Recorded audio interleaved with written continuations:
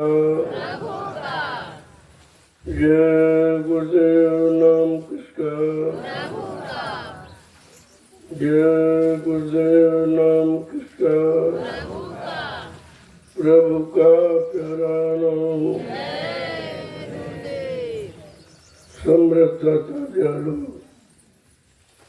पूज्य स्वामी जी महाराज इस प्रातःकालीन लघु सत्संग में सम्मिलित होने वाले देश के कोने कोने से आए हुए सभी सत्संगी प्रेमी जनों, इस साधना शिविर के पावन अवसर पर यह गुरुदेव आध्यात्मिक ज्ञानाश्रम रामशाला मिश्रित सीतापुर उत्तर प्रदेश, जो ये साधना शिविर लगाया गया, प्रेमियों को साधना करने का अवसर मिले, उसमें जो त्रुटियां हैं वो धीरे धीरे खत्म हो जाए। जब सही तरीके से आप स्मरण करोगे, ध्यान करोगे, भजन करोगे तो आपकी तरक्की होगी, आपको दिखाई सुनाई देगा। इसलिए नित्य नियम से आप नागा नहीं करेंगे, इसमें किसी तरह की आलस प्रमादिता नहीं शामिल करेंगे। और इस आत्मिक उद्धार की साधना है, इस संसार शरीर परिवार के लिए नहीं है, ये आपकी आत्मा के कल्याण के लिए जो संत महापुरुषों ने एक आधार रखा है नाम का,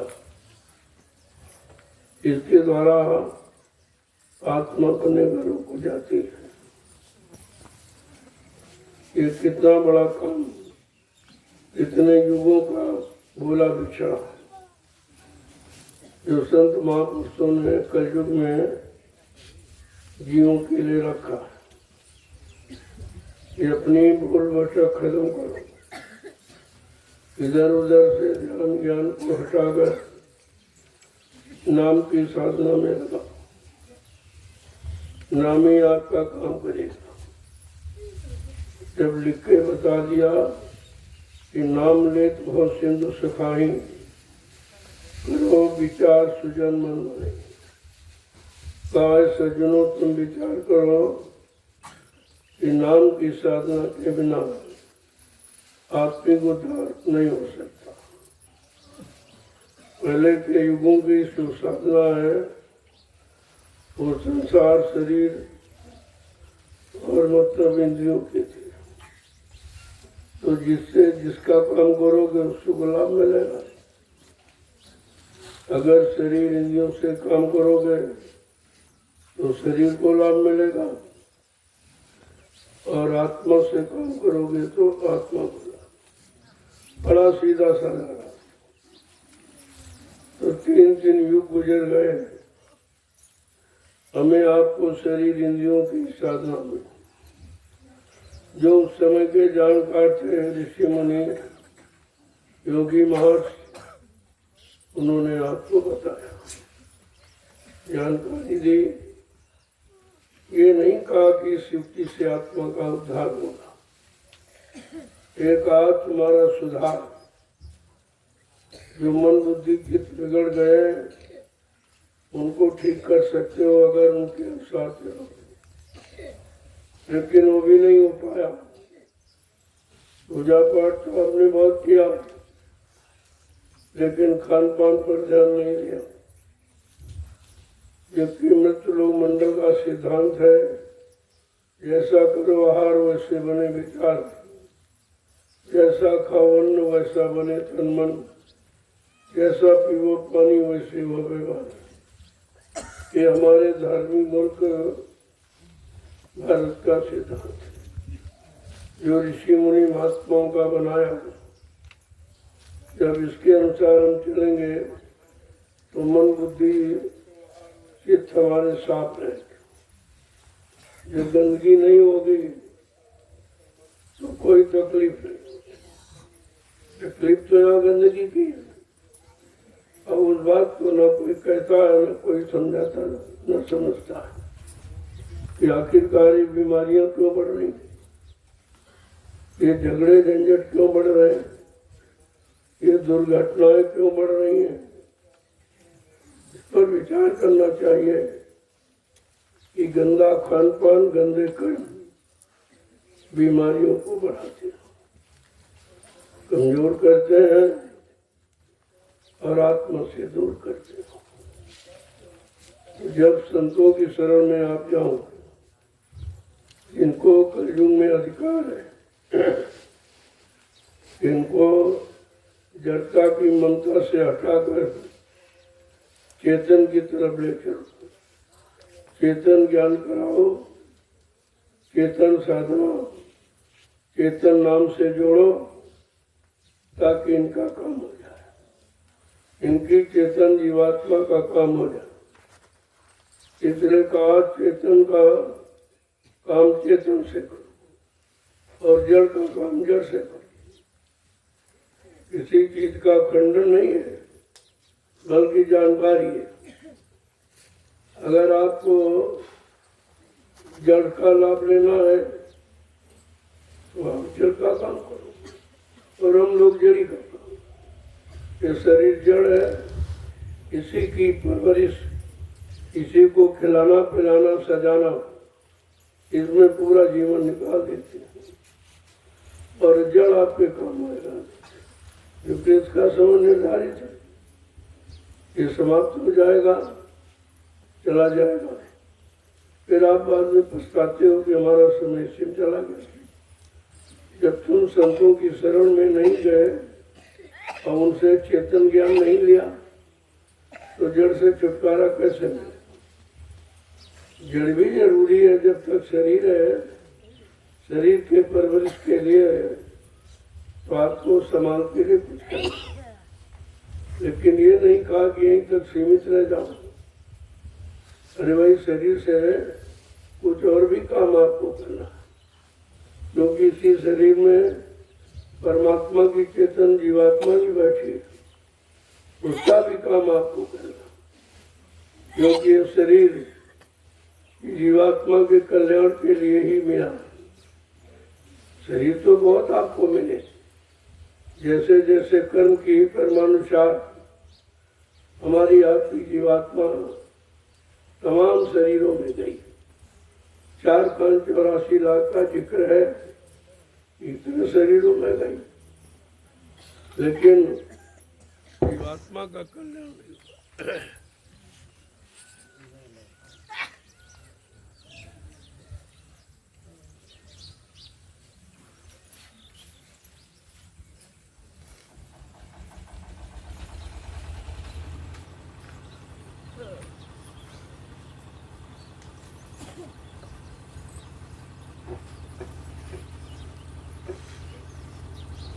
हमारी आपकी जीवात्मा कर्मानुसार, जीवात्मा तो कोई कर्म करती नहीं है, करता तो मन है, लेकिन वो उसके साथ जुड़ी है। जब साथ जुड़ी, जहाँ जहाँ मन गया तो देखती रही भाई ये मन बार बार यहाँ क्यों आता है, इन शरीरों में बार बार क्यों आता है, इसको क्या मिलता है। तो कहा इसको तो मिलता नहीं, केवल जन्म मरण हो रहा, कि पैदा होता मर जाता, पैदा होता मर जाता, इसके सिवा तो कुछ नहीं मिला। तो चेतन इसका सही ज्ञान करा सकती है। बाकी जन्म मरण से छुटकारा दिलाने वाले हैं, इनको अधिकार है संत महापुरुषों, वो कराते हैं। ये काम वो कराते, दूसरा नहीं करा सकता। शक्तियां तो यहाँ बहुत आई, लेकिन उनको जो काम दिया गया उस काम को किया उन्होंने, लेकिन आत्मा का कल्याण किसी ने नहीं किया। तभी तो महापुरुषों ने बताया कि ब्रह्मा जी ब्रह्मलोक में बैठे हैं, वहाँ का सुख आनंद उठा रहे हैं, लेकिन उनकी जीवात्मा जगी नगर पहुंची। विष्णु भगवान विष्णुलोक का सुख आनंद उठा रहे हैं, उनकी जीवात्मा ने जगी नगर पहुंची। भगवान शंकर शिवलोक का सुख आनंद उठा रहे हैं, उनकी जीवात्मा जगी नगर पहुंची। भगवान राम साकेत लोक का सुख आनंद उठा रहे हैं, उनकी जीवात्मा जगी नगर पहुंची।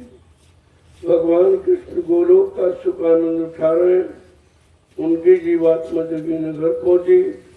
देवी देवता देवलोक का सुख आनंद उठा रहे हैं, उनकी जीवात्मा जगी नगर पहुंची। अब आपको पता चला इनकी तो खुद ही नहीं जगी, तो ये किसी के क्या जाना है? क्योंकि जीवात्माओं को जगाने का अधिकार केवल संत सदगुरु को और किसी को, ये काम और किसी के बस का नहीं है। और इसीलिए कितना समय निकल गया, सतयुग त्रेता द्वापर 5,500 कलयुग, जीवात्माओं को जगाने वाले आए नहीं तो जगाता कौन? कितना समय गुजर गया जब संतों का पदार्पण हुआ। सर्वप्रथम संतों में कबीर साहब आए थे, उन्होंने ये रास्ता खोला था। लेकिन क्योंकि पहले पहले आए थे, यहाँ जानकारी थी नहीं, यहाँ सब पिछले साधनों में फंसे थे बेचारे, शरीर और इंद्रियों की, तो कहा वो सब भ्रमित है। अब धीरे धीरे धीरे धीरे अपने सत्संग वचनों को सुना सुना संतों ने ये भ्रम जीवों का दूर किया कि तुम्हारी जीवात्मा सत्यलोक की रहने वाली, और ये शक्तियां बीच के लोग की जिनकी तुम आराधना साधना वंदना प्रार्थना करते हो, ये तो बीच के लोग। अब जहाँ की जो शक्ति होगी उसी लोग तक आपको पहुंचा सकती है, तो उसी लोग तक पहुंचा सकती है आगे। इसलिए जीवात्माएं जगी लेकिन वहीं तक पहुंच पाई, अपने घर नहीं पहुंची। और बात घर की है, जब घर पहुंचेगी तभी संतुष्टि मिलेगी। तो जब संत महापुरुष आए तब उन्होंने ये राज ये रहस्य भेद खोला। कई जीवात्माएं बीच के लोगों की नहीं है, ना वो ब्रह्मा की है, न विष्णु की, न शंकर की, न रामकृष्ण की, न देवी देवताओं की। जीवात्मा है सत्पुरुष की। जब तक सतलोक सचखंड अनामी दान से कोई इनको उसको लेने नहीं आएगा, तब तक बेचारी कैसे जाएगी? तब देखा कि बहुत समय निकल गया और जीवात्माएं वापस नहीं आई, तो उन्होंने जाना कि निश्चित काल ने कोई चाल चलकर हमारी जीवात्माओं को फंसा लिया। तब उनको चिंता होती। इसने कहा लाग दया कुमल की संताप, संतों के हृदय में दया उठी। उन्होंने अपना सत्यलोक मंडल छोड़कर इस मृत लोक मंडल में जीवात्माओं को जगाने के लिए और लेने के लिए, घर पहुंचाने के लिए आ गए। केवल उनका काम ये। और ऋषि मुनियों ने जो तपस्या की, योग किया, संयम किया, त्याग किया, वो राजपाट धन दौलत मान सम्मान अधिकार पाने के लिए, अपनी जीवात्मा के कल्याण के लिए नहीं, क्योंकि कल्याण का रास्ता नहीं था। जहाँ तक की जानकारी थी वहीं तक वो लोग बेचारे थे। जबकि उस समय उम्र बहुत थी। सतयुग में इसी मानव शरीर की उम्र 1 लाख वर्ष की थी और मन की ताकत हाथी के बराबर थी। इंद्रियों में पूर्ण संयम त्याग वैराग था। उनका खान पान भी अच्छा था, उनके कर्म भी अच्छे थे, उनकी संग सोबत भी अच्छी थी।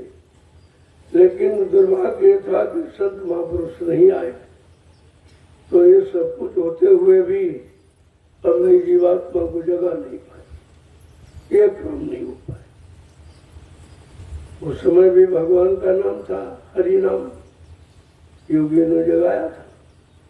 लेकिन ये परिवर्तनशील जगत है, यहाँ तो नित्य परिवर्तन होता रहता। आप देखते हो कि सूरज सुबह निकलता कितना ठंडा।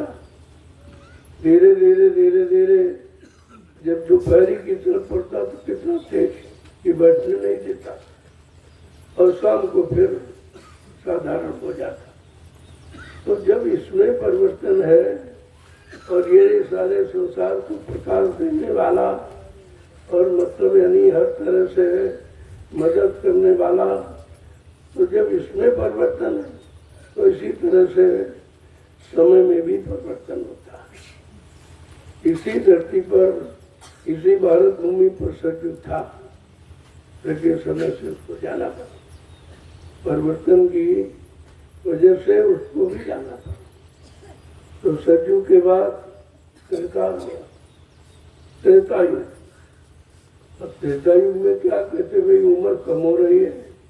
क्यों? कहते लोग भोगों की तरफ फंसते चले जा रहे हैं। भोग जीवन के समय को कम करता है, इसलिए भोगों से आपको हटना धीरे धीरे। जो तुम्हारी उम्र को कम करे तो उसे तो आपको हटना चाहिए। तो त्रेता आया जब, तो त्रेता में मानो शरीर की उम्र 10,000 वर्ष की। कहाँ सतयुग में 1,00,000 की, कहाँ 10,000। 90,000 आपने खो दिए केवल भोगों के कारण और नहीं समझ पाए। तो उस समय भी भगवान का नाम आया जब भोगों से आपकी उम्र कम हो गई और शक्ति ताकत कम हो गई और संयम त्याग बैराग खान पान सब आपका खत्म होने लगा, तब उसी अनुसार भगवान का नाम बदल गया। क्या नाम आया? ऋषि मुनियों ने राम नाम जगाया। राम नाम वो किसके लिए? समाज के सुधार के लिए, जीवात्माओं के उद्धार के लिए नाम नहीं है, तो समाज के सुधार के लिए। ये केवल सुधार नीति बना, वे भी बदल गया। तो त्रेता भी नहीं रहा, समय के अनुसार उसको भी जाना पड़ा। तो फिर कौन सा समय आ गया, उसको क्या नाम दिया? कहा कि द्वापर। उसको द्वापर था। कहा इसमें क्या होगा? कहा इसमें उम्र की कमी हो रही है और नियम संयम खत्म हो रहा धीरे धीरे।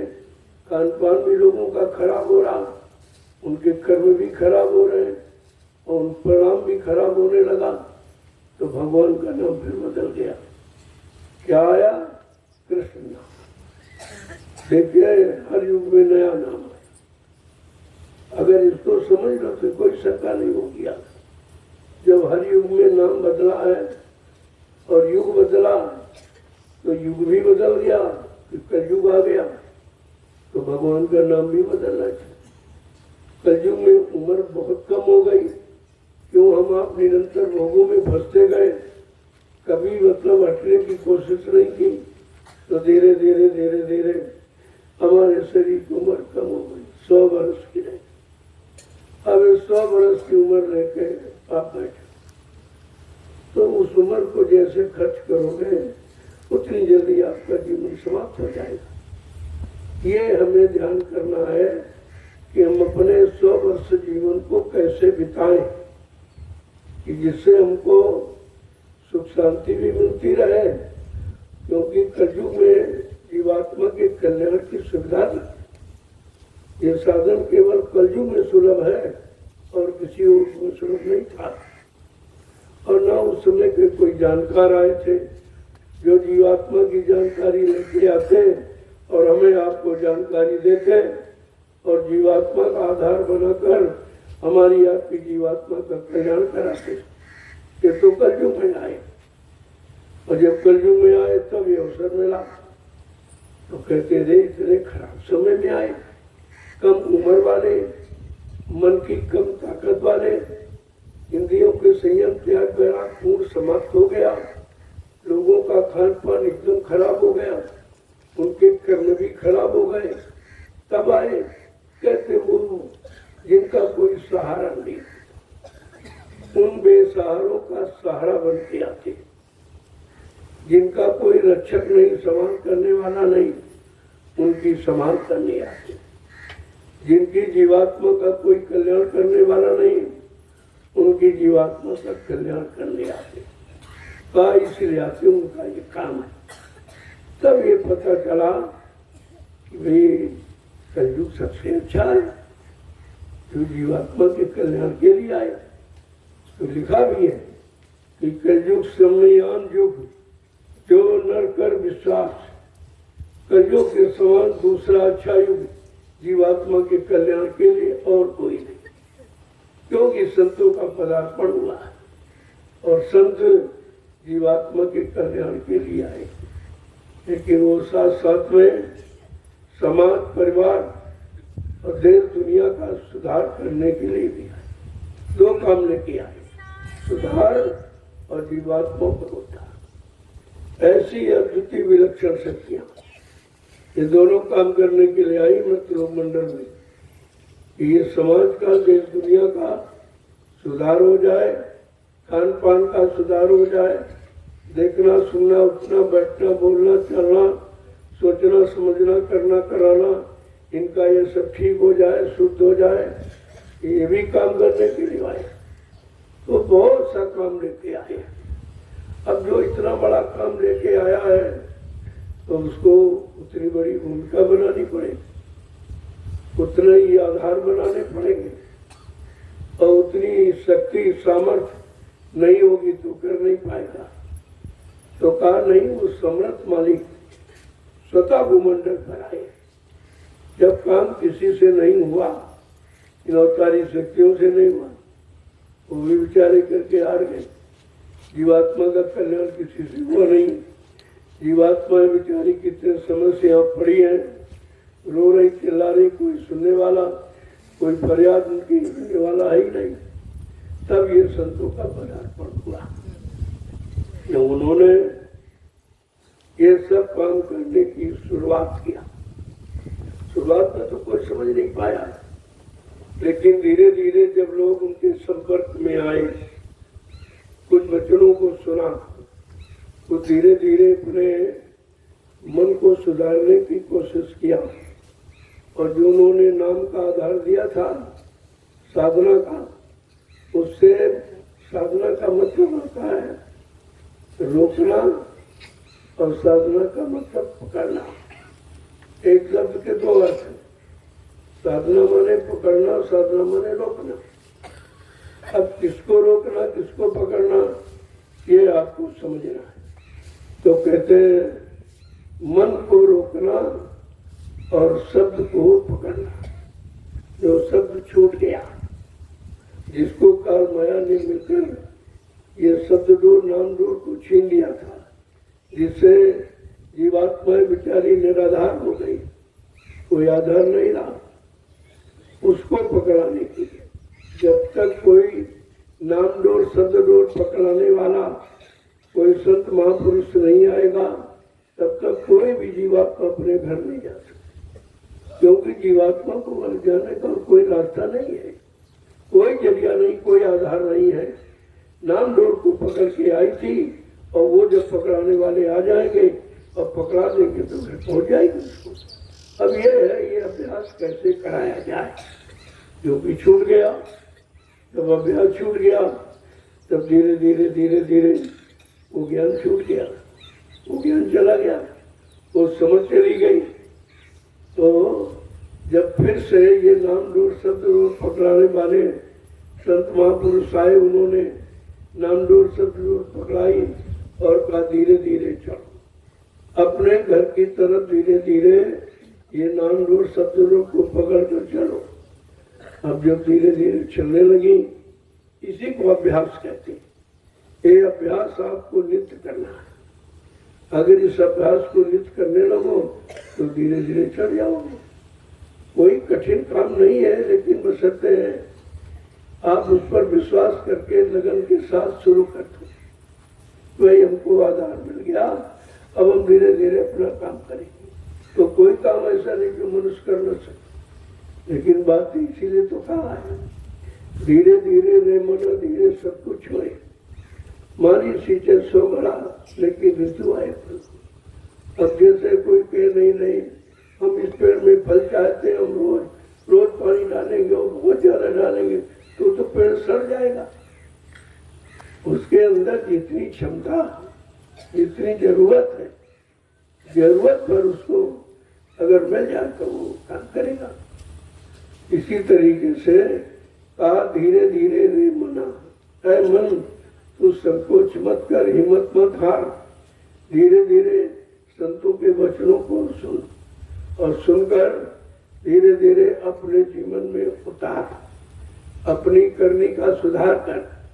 जो तो विषय भोगों में फंसा है और उसी को सब कुछ मान लिया और उसी से तू शक्तिहीन बलहीन हो गया। अब धीरे धीरे धीरे उधर से हटने का प्रयास कर और नाम डोर को पकड़ कर सीधे से चलने का। तभी तो कहा मन तू भजे गुरु का नाम, कहा है मन अब तू गुरु के दिए नाम को भज, जो उन्होंने नाम दिया, जो नाम जगाया सिद्ध किया है, उस नाम को भज, सुमरन कर, उसको याद कर। वो तेरी सारी विषयों की तरफ का रुझाव झुकाव समाप्त कर देगी, उससे काम करने का। मन तू भजे गुरु का नाम, क्या है मन तू गुरु का नाम, तुझको तूने सब बहुत भजा, काम को, क्रोध को, लोभ को, मोह को, अहंकार को, ईर्ष्या राग को तूने बहुत भजा। भजा माने उसी का अभ्यास किया, उसी में मिल गया, कहते भजना। अब वो बन गया उसमें, अब वो काम भी उसको बन गया, अब उसी में वो रम गया और जिसके कारण जो शक्ति थी वो सब खत्म। अब शक्तिहीन हो गया, बलहीन हो गया, तो फिर कैसे?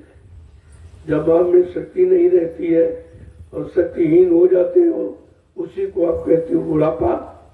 बुढ़ापा क्या है? बूढ़ा आपा, आपा माने घमंड और बूढ़ा माने डूब गया, सब घमंड खत्म हो गया। देखने का, सुनने का, दौड़ने का, उठाने का, बोलने का, लड़ाई झगड़े का, ये सब बल आपका समाप्त हो गया। उसी कहते हो आप बुढ़ापा, कि अब कोई काम नहीं। तो जो तुमने काम किए उसका फल आपको मिला, तो अच्छा किया तो अच्छा, बुरा किया तो बुरा, फल तो मिलता है। मतलब परिणाम तो मिलता है, कर्मों का परिणाम मिलेगा जरूर। अब यह है कि तुम कौन सा कर्म कर रहे हो।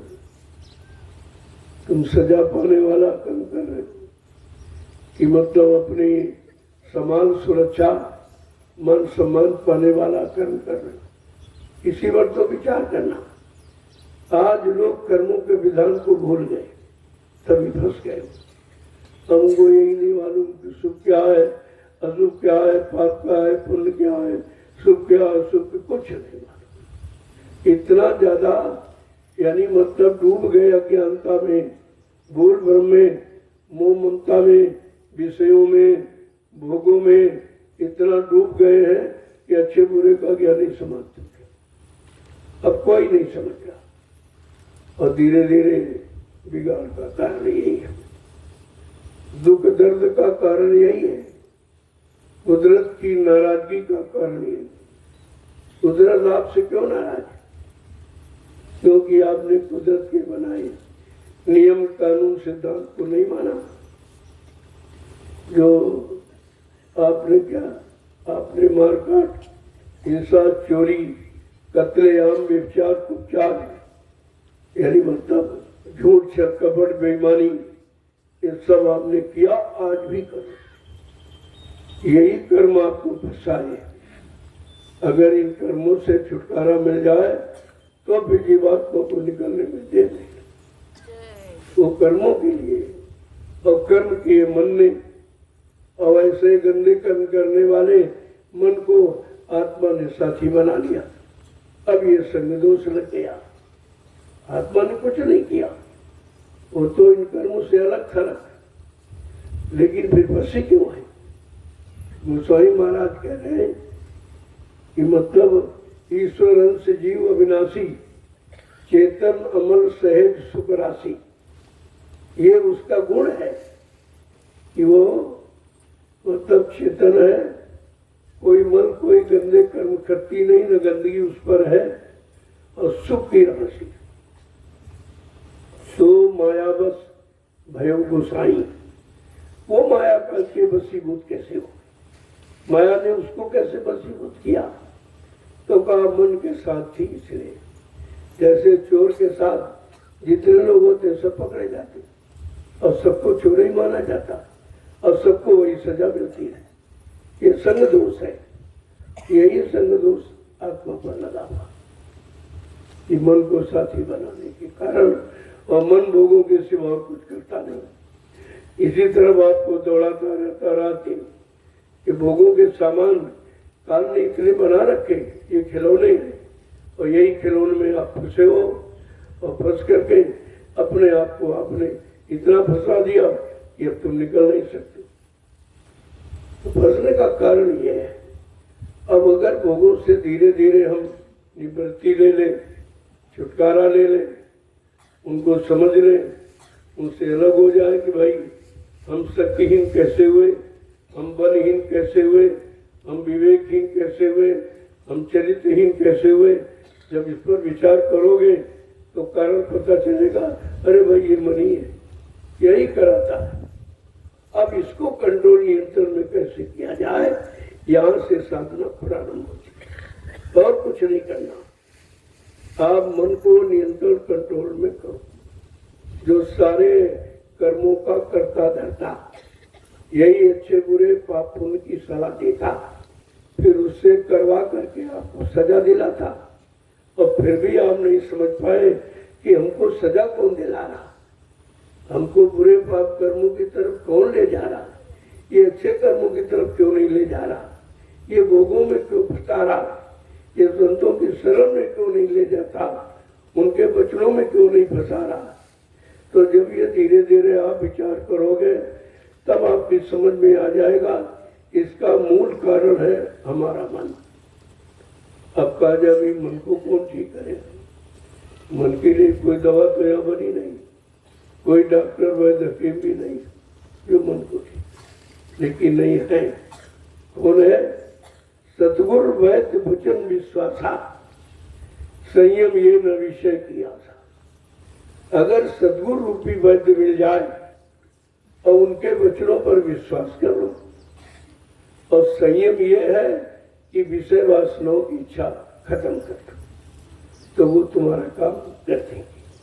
देखो सब कुछ ऐसा नहीं है, रामचरितमानस जैसा कोई आत्मिक ग्रंथ नहीं है जिसमें आत्मा के बारे में, परमात्मा के बारे में, भौतिक जगत के बारे में कैसे रहोगे आप, और सबके लिए जानकारी है।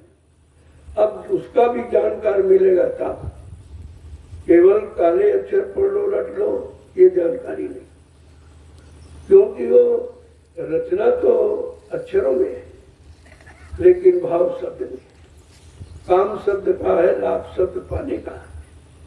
जब तक कोई शब्द पाठी गुरु नहीं मिलेगा, इसने शब्द की कमाई, शब्द की चढ़ाई, आत्मा के नाम के आधार नाम को पकड़कर जिसने चढ़ाई की उस शब्द को पाया है, वो शब्द भेदी नाम भेदी सब सदगुरु मिल जाएंगे तो तुमको सब जानकारी देगी।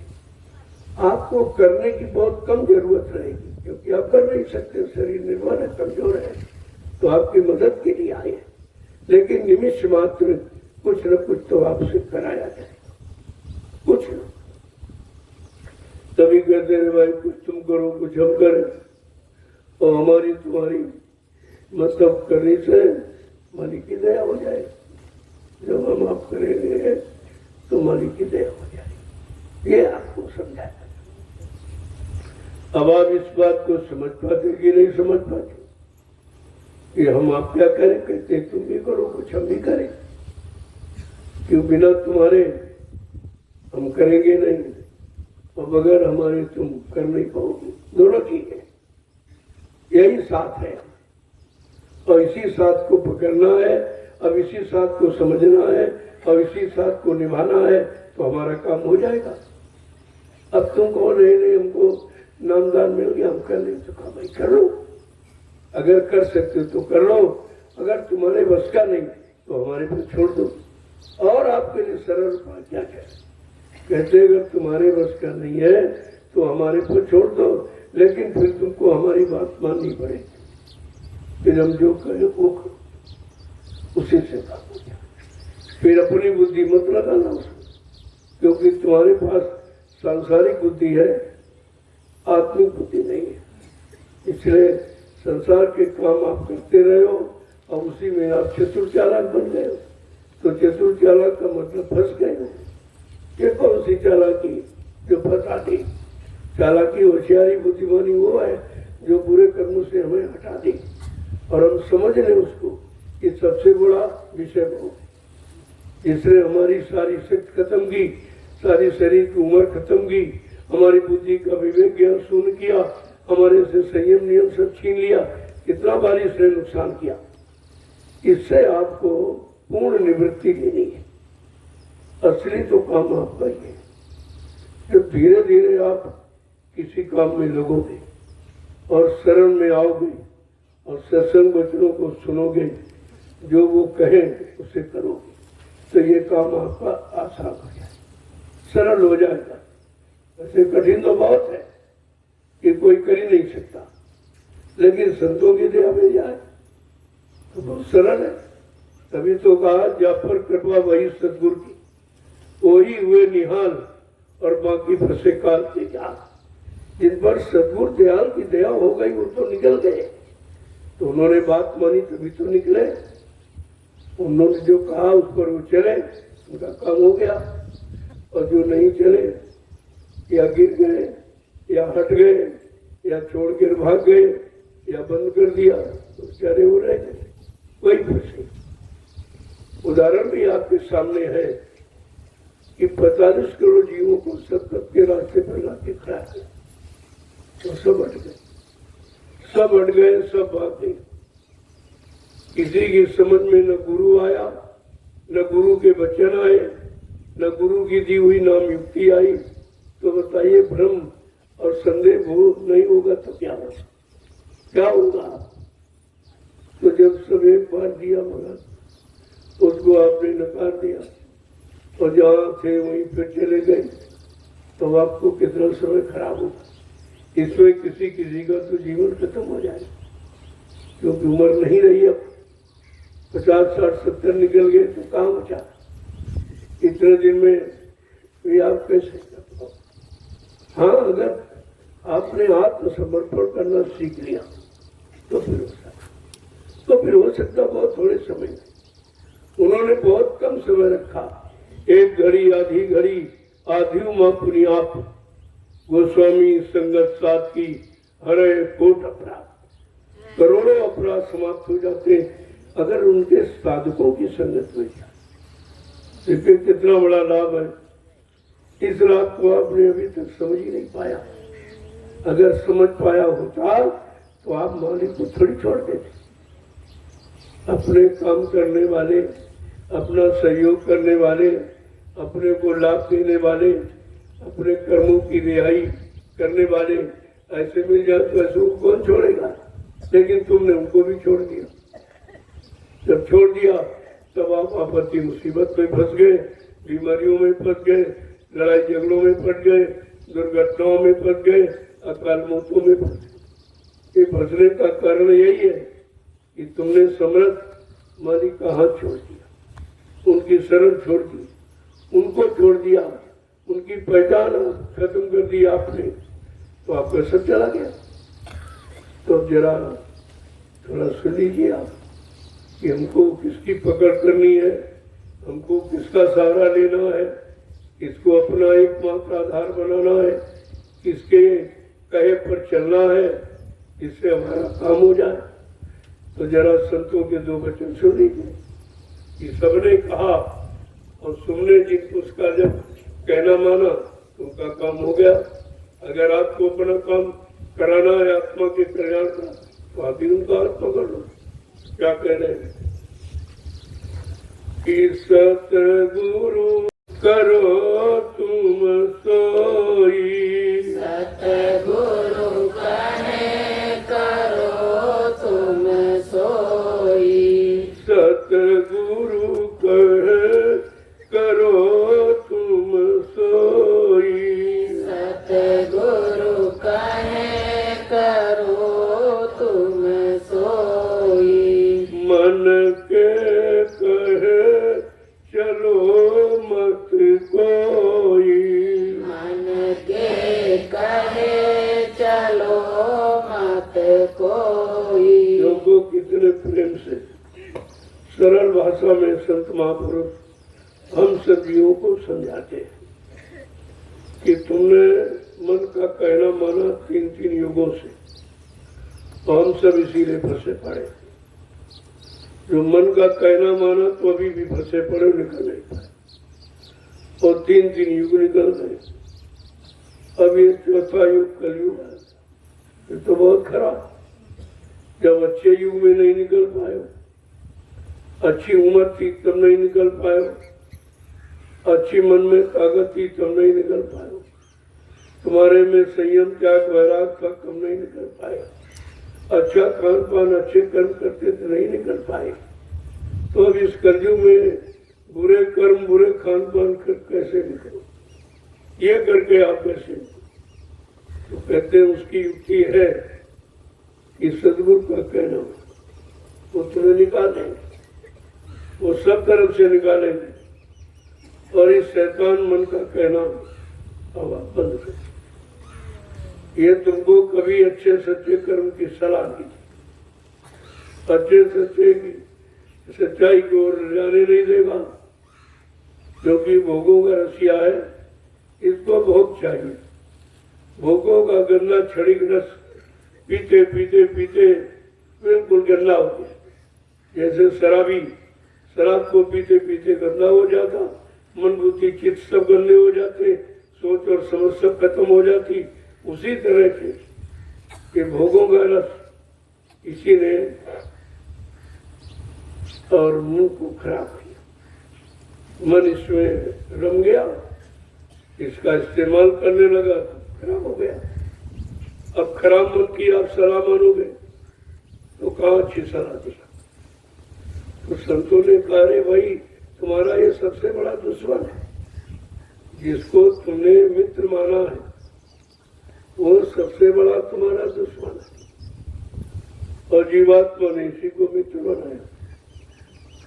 देखो अज्ञानता ये हमारी मतलब सबसे बड़ी अज्ञानता ये कि हम समझ नहीं पाए ये हमारा सहयोगी है, ये हमारा नुकसान करने वाला।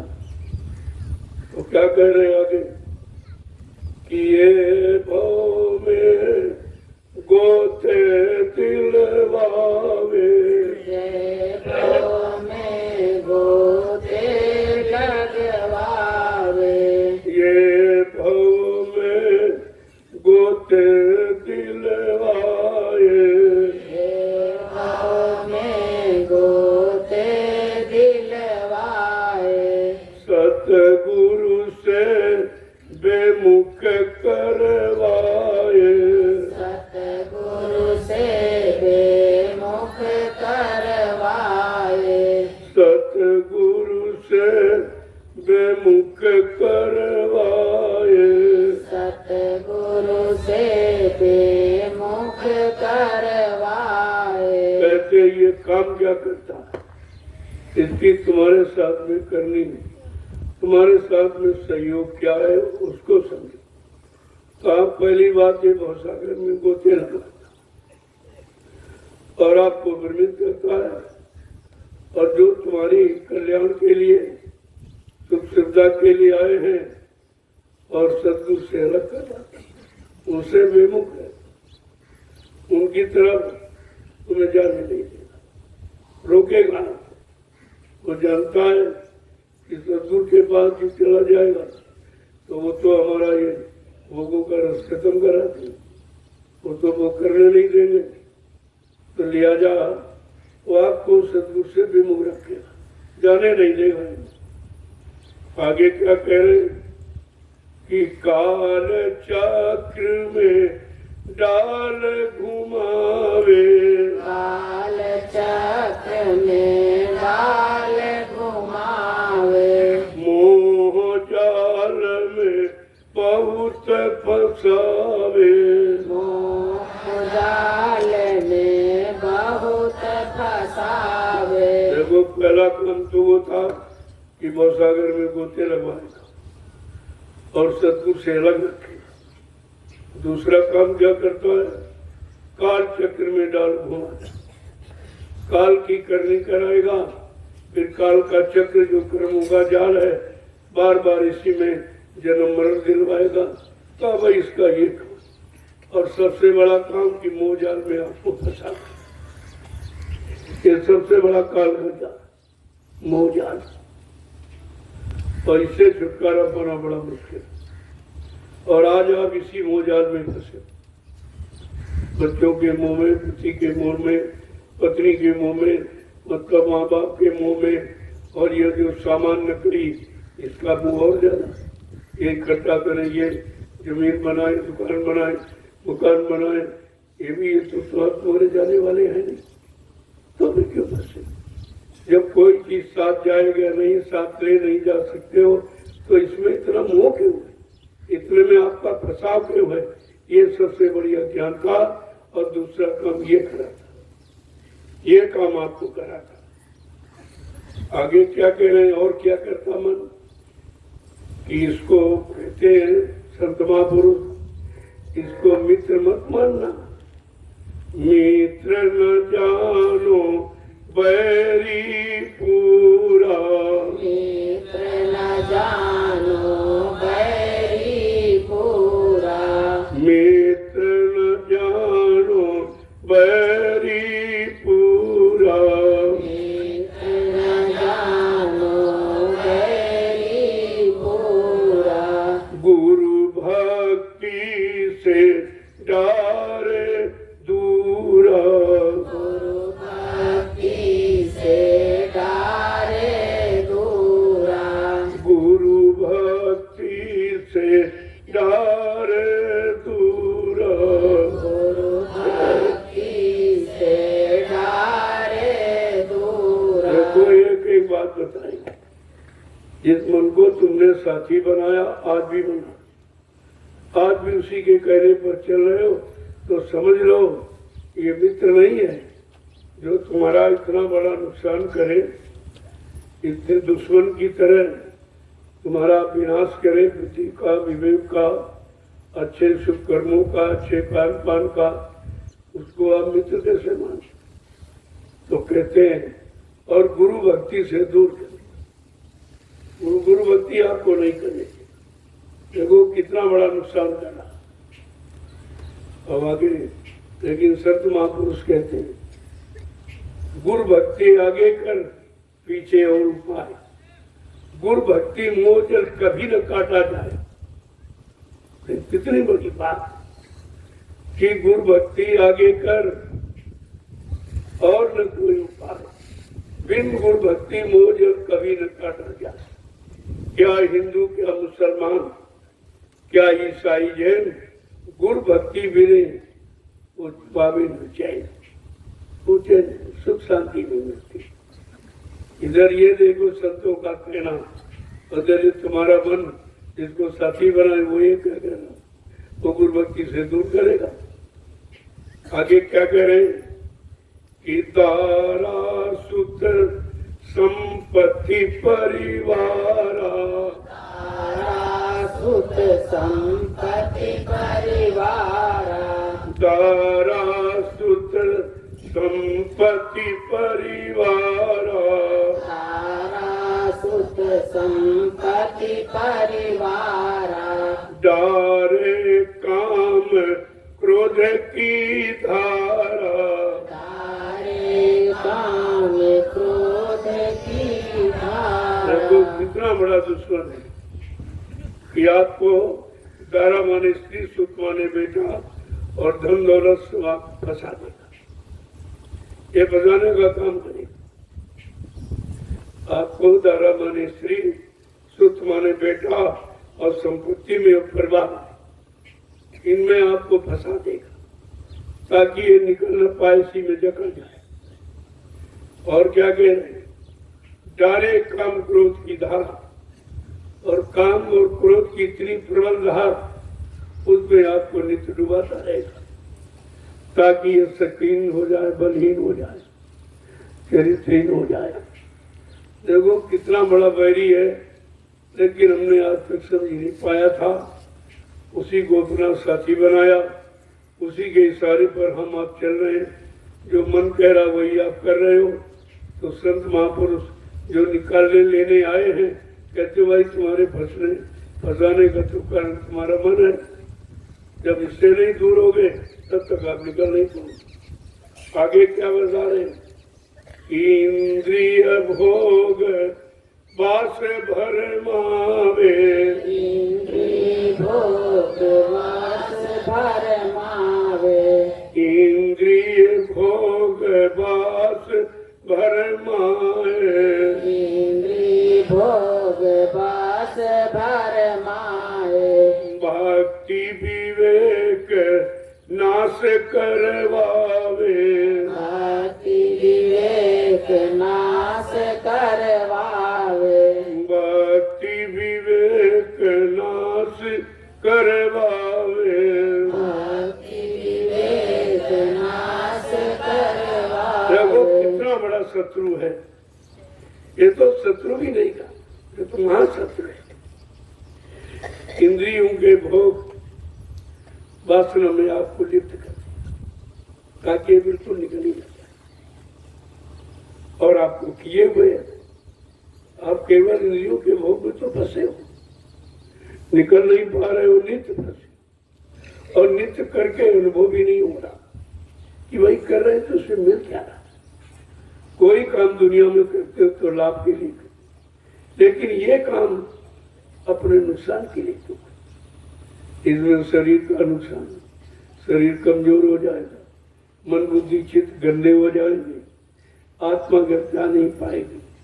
तो आप कितना, यानी मतलब ये सब जानकारी लेने के बाद भी आपकी समझ में नहीं आ रहा। क्यों? तुमने जिसको साथी बनाया उसी का ये दिया बस। ये जितना झगड़ा झंझट जो फंसने का है ये उसी का दिया हुआ जिसका आप कहना मानते। तो क्या कह रहे हैं? चारे सुख संपत्ति बर्बाद, इंद्रिय भोग वास वर्मा में आपको इसी में भ्रमित रखेगा। इंद्रियों के गंदे क्षणिक स्वाद, और आप इसमें फंस जाओगे तो निकल और सारी शरीर की शक्ति तुम्हारी समाप्त कर देगी। फिर तुम और कहीं नहीं जा सकते और उसके गुलाम बन जाओगे। जब शक्तिहीन हो जाओगे तो क्या कह रहे हैं? भक्ति विवेक नाश करो। जो तुम्हारी असली चीज है भक्ति, जिससे शक्ति मिलती है और इसी शक्ति से मुक्ति मिलती है। तो वो भक्ति और बुद्धि में विवेक ज्ञान वो बिल्कुल खत्म करा देगा, ताकि तुम भोगों के सिवा कहीं जाने न पाओ। फंसे रहोगे तो काल का साम्राज्य चलता रहेगा, क्योंकि काल का गुलाम है, काल के कहने पर चलता है, काल की तरफदारी करता है। लेकिन आप समझ नहीं पाए और तुम्हारे शरीर के अंदर बैठा। आगे क्या कह रहे?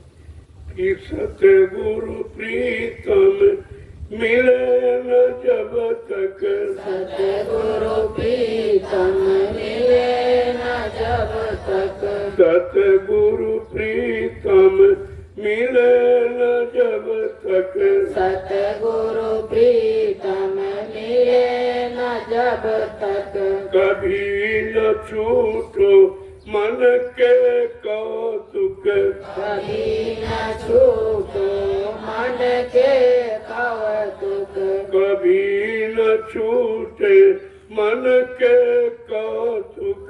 कभी न छूटे मन के कौतुक। आज जब तक सतगुरु प्रीतम नहीं मिलेंगे, तुम्हारे रखवार, तुम्हारे संभाल करने वाले, तुम्हारी पल पल रक्षा करने वाले और मन से छुटकारा दिलाने वाले, भोगों से अलग करने वाले, जब तक सतगुरु प्रीतम नहीं मिलेंगे, इस मन के ये जाल से आप छुटकारा नहीं पा सकते। जो मन भोगों में सारा उधर इशारा कर रहा, तरह तरह से फंसाने के जाल बनाए हैं, तो मतलब इससे आप छुटकारा कैसे? आगे क्या समझा के कह रहे कि चल बल मन के कहाँ लग वरनूं,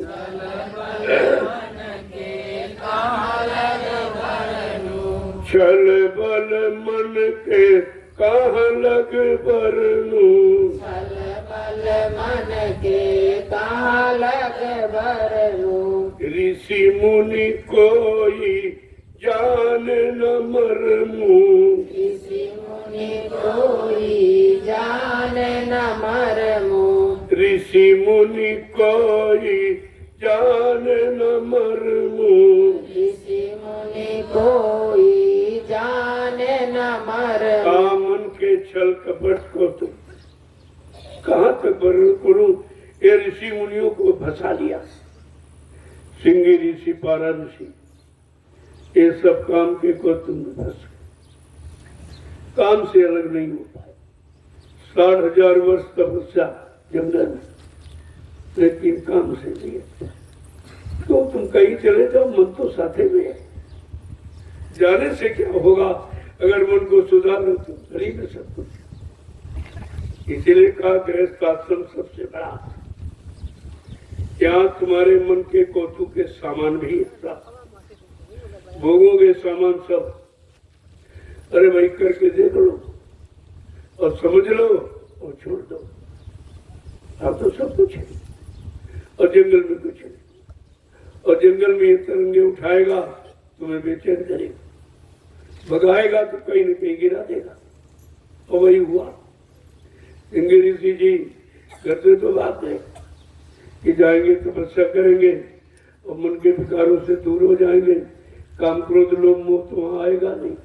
लेकिन इनके मोबाइल को ये नहीं मालूम, वो तो मन में है, वो तो तुम्हारे अंदर बैठा है। ये इनका यानी इनका वेग और इनका तरंग उठाने वाला तो अंदर ही बैठा, और इनको भी लूट लिया। सिंह ऋषि को गिरा दिया एक वेश्या के चक्कर में। बताइए 60,000 चला गया। अरे इससे तो गर्गस्ती बच्चा था। ऐसा पुरुष तो कहीं भी फंस सकता है। तुम्हारा मन इतनों पर खराब हो सकता है। इसलिए कलयुग में गृहस्थ आश्रम अनिवार्य कर दिया कि आपका मन खराब है तो एक ही में खराब है, एक स्त्री में, एक पति में। ऐसे अगर नहीं है तो पता नहीं किन किन पर तुम्हारा मन जाए, तो किनके पर तुम पाप की भावना, भोग की भावना जागृत कर लो। इसलिए गृहस्थ आश्रम अनिवार्य है। अगर शांति हो गई, अगर बुद्धि विवेक आ गया, मन तुम्हारा शांत है, काम क्रोध की इच्छा नहीं है कोई, तब तो ठीक है। इसीलिए कोई एक ब्रह्मचारी, कोई एक मिसाल उदाहरण के लिए रखा जाता और बाकी सबको आदेश गृहस्थाश्रम में रहो तो तुम्हारा बिगाड़ नहीं होगा। ऐसे पता नहीं तुम कितना पाप कर डालोगे जीवन, किसके किसी पर तुम्हारा भाव जाएगा। अरे भाई ये मिल जाए, ये मिल जाए, ये मिल जाए, ये मिल जाए, और फिर मिलने के उपाय सोचोगे, चाहे छल से, बल से, कपट से, चोरी से, मतलब यानी जबरदस्ती कैसे मिल जाए। तो ये सब करने की जरूरत नहीं है। इसलिए संतों ने कहा इतना खराब मन जब ऋषि मुनि महात्माओं का रहा तो कलयुग का जीव तो बहुत खराब, ये तो रह ही नहीं सकता, लिया जाए इसको एक खूंटे में बांध दो।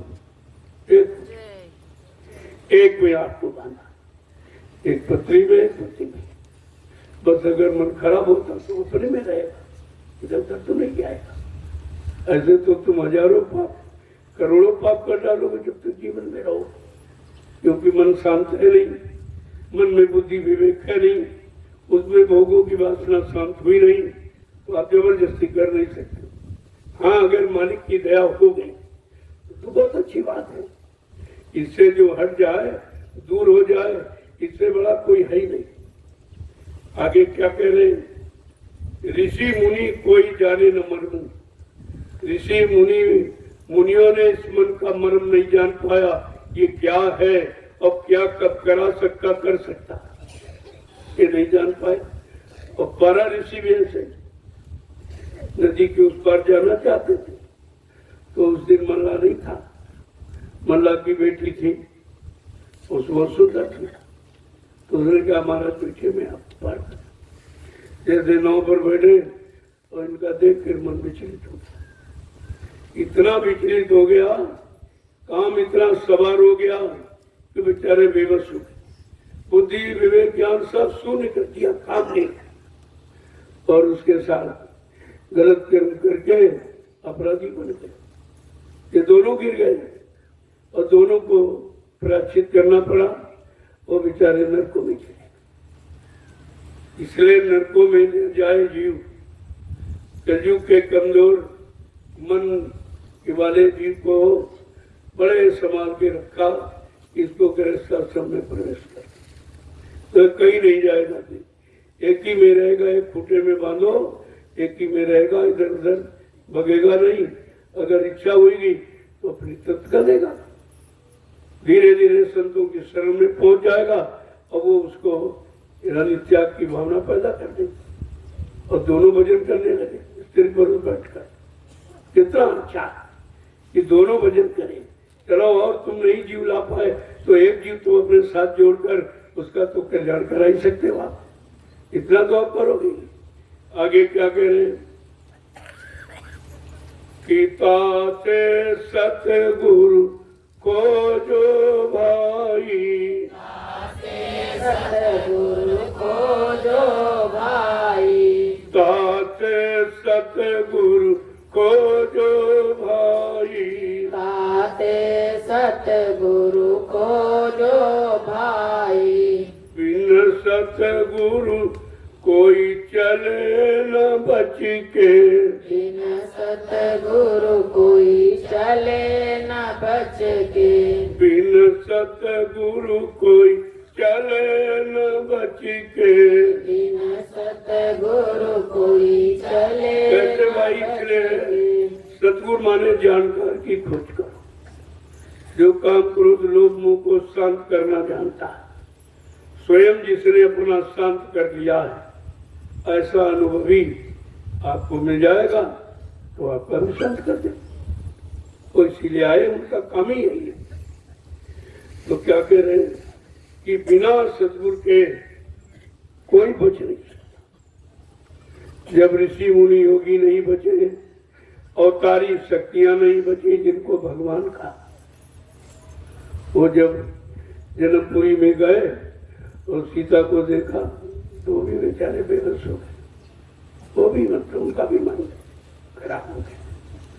अंत में उसको वो काम करना पड़ा कि भाई ये बहुत खराब है, इसकी खराबी कैसे दूर हो गई, चलो भाई एक से अपना संबंध करो तो हजारों से बच जाओगे। उनको भी करना पड़ा और उसके लिए कितना झगड़ा करना पड़ा। जब सीता को रावण ले गया तब वो बेचारे स्त्री के वियोग में कितना मारे मारे घूमे, सब आपने पढ़ रखा, सुन रखा है। जब वो नहीं बच पाए तो तुम कैसे बचोगे? लेकिन उस समय बचाने वाले संत सतगुरु नहीं थे, बात ये थी, तो बचते कैसे? आज बचाने वाले हैं लेकिन उनका कहना मानो और आत्मसमर्पण अपने आप को कर दो तो बचा लेंगे, तो बचा लेंगे ना। तो क्या कह रहे हैं? ताते सदगुरु खोजो भाई, ऐसे सदगुरु की खोज करो जो तुमको इन सब कामों से और मन ऐसे दुश्मन से छुटकारा दिलाए, और बिना उनके कोई बचा नहीं सकता। जब ऋषि मुनि फंसे रहे तुम्हें कैसे बचाएं? योगी फंस गए, वो भी भोगी हो गए, ब्रह्मचारी फंस गए। ये आपने देखा भी, सिंह ऋषि पर 60 वर्ष ब्रह्मचर्य का पालन किया और जरा जट के पीछे चले गए। तो जब तक इंद्रिय निग्रह नहीं होगी तब तक, अगर इंद्रिय आपकी शांत नहीं है तो आप अपने आप को रोक नहीं सकते।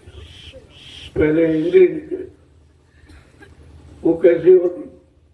मन की वासनाएं खत्म होने पर इंद्रिय निग्रह हो जाती, इंद्रियां शांत हो जाती, फिर उनमें प्रबलता और वेग खत्म हो जाता है, फिर वो उस काबिल नहीं रहती है। ऐसा वो अपने आप को बना लेते हैं, तब जीवों का काम कर देते।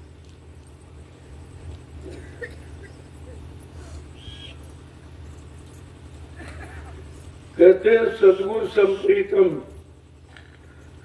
सतगुरु संप्रीतम नहीं है कोई, सतगुरु सम प्रीतम है नहीं कोई, सतगुरु सम प्रीतम नहीं कोई, सतगुरु सम प्रीतम नहीं कोई, मन मलिन को दोवे ओही, मन मलिन को धोवे ओही।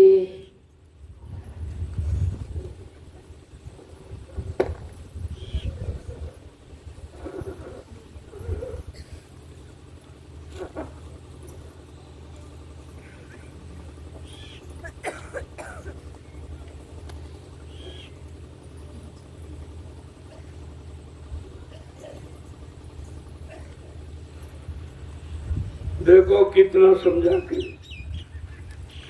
एक एक शब्द को समझिए, सब समझ में आए। कहते हैं सदगुरु के समान कोई प्रीतम, प्रीतम माने स्वामी, रक्षक का और कोई इस त्रिलोक मंडल में कोई है ही नहीं जो आपकी इस तरह से समान रक्षा हिफाजत करे। जिसके बाद जाओगे अपने में घसीट ले, अपने में मिला नहीं, इतना प्रेम करेगा कि तुमको खराब कर देगा। ये प्रेम नहीं है। प्रेम तो बहुत पवित्र है। प्रेम जैसा कोई पवित्र ही नहीं जो परमात्मा से मेल करा देगा। और तुम्हारा प्रेम इतना नकली है कि फंस के अपने आप को बर्बाद कर लेते। तो कहते भाई ये प्रेम नकली, ये प्रेम नहीं है, आसक्ति। आसक्ति और प्रेम में बहुत फर्क है। तो क्या कह रहे हैं कि सतगुरु सम प्रीतम नहीं, कोई है ही नहीं। प्रीतम माने स्वामी, मालिक, रखवारा, रक्षक, संभाल करने वाला। कल और यहाँ कोई नहीं है और जो तुम्हारे गंदे मन को धोते हैं सत्संग रूपी जल से। बहुत साफ करते, बहुत धोते, रगड़ते रहते। बड़ी रगड़ाई आपकी हो रही है परमात्मा संधान सेवा के द्वारा। ये तन की रगड़ाई, मन की रगड़ाई। थोड़ा बहुत नहीं, मन तो नहीं चाहता कि धूप में निकले, बहुत गर्मी, बड़ी उमस है, लेकिन रगड़ाई हो रही है। और आप जाते हो, रगड़ाई हो रही है, सफाई हो रही है। और ये सफाई दुनिया में कोई नहीं कर सकता। ये किसी के बस की बात नहीं है कि भाई ये सेवा का अर्थ क्या है, इस सेवा का मतलब क्या है, इस सेवा से लाभ क्या है।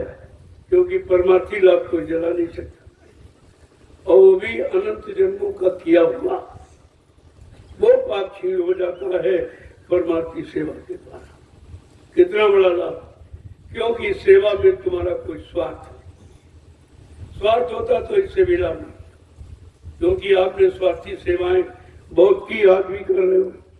जैसे परिवार की सेवा, बाल बच्चों की खेती, दुकान, दफ्तर, बिजली, व्यापार करके सेवा करते हो।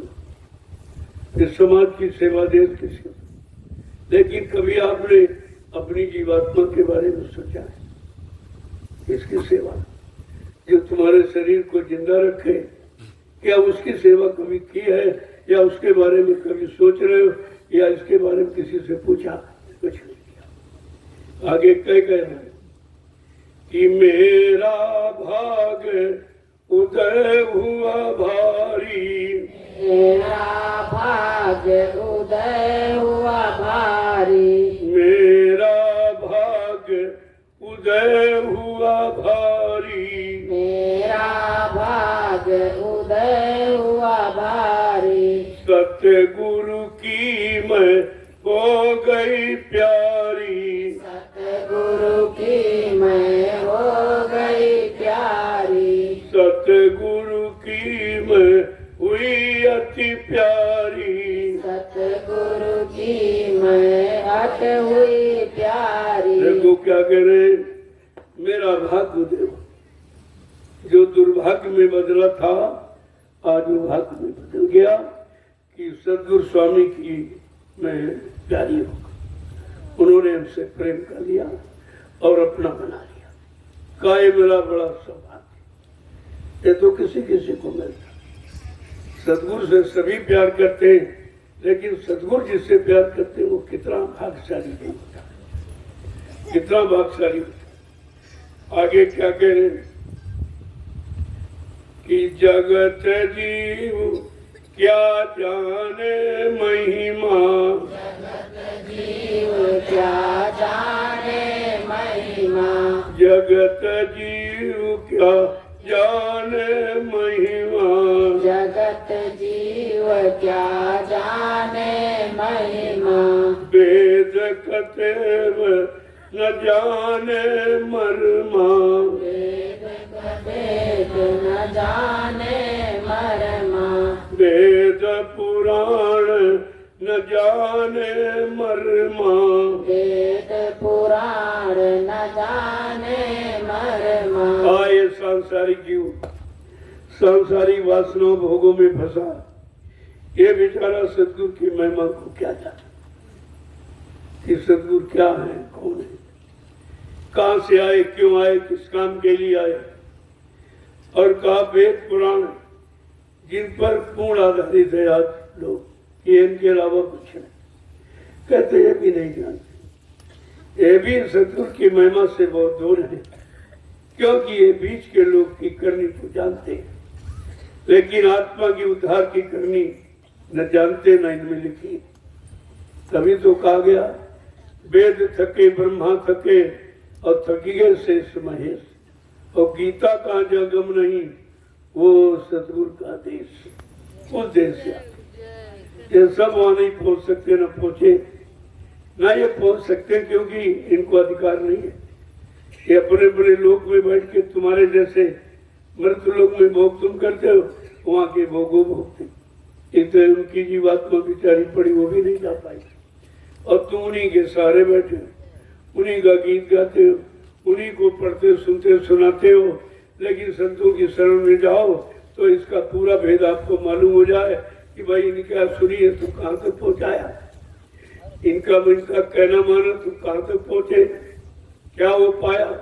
इनके कहने से पूजा पाठ तीरथ सब किया और बीमारियों से छुटकारा नहीं, बीमारी बढ़ती जा रही, परेशानियां बढ़ती जा रही, दुख तकलीफ बढ़ते जा रहे, दुर्घटनाएं बढ़ती जा रही, चोरी डकैती कत्ल बलात्कार बढ़ते जा रहे। अरे भाई ना काम क्या हुआ, कहा भाई इनके करने से कोई काम नहीं।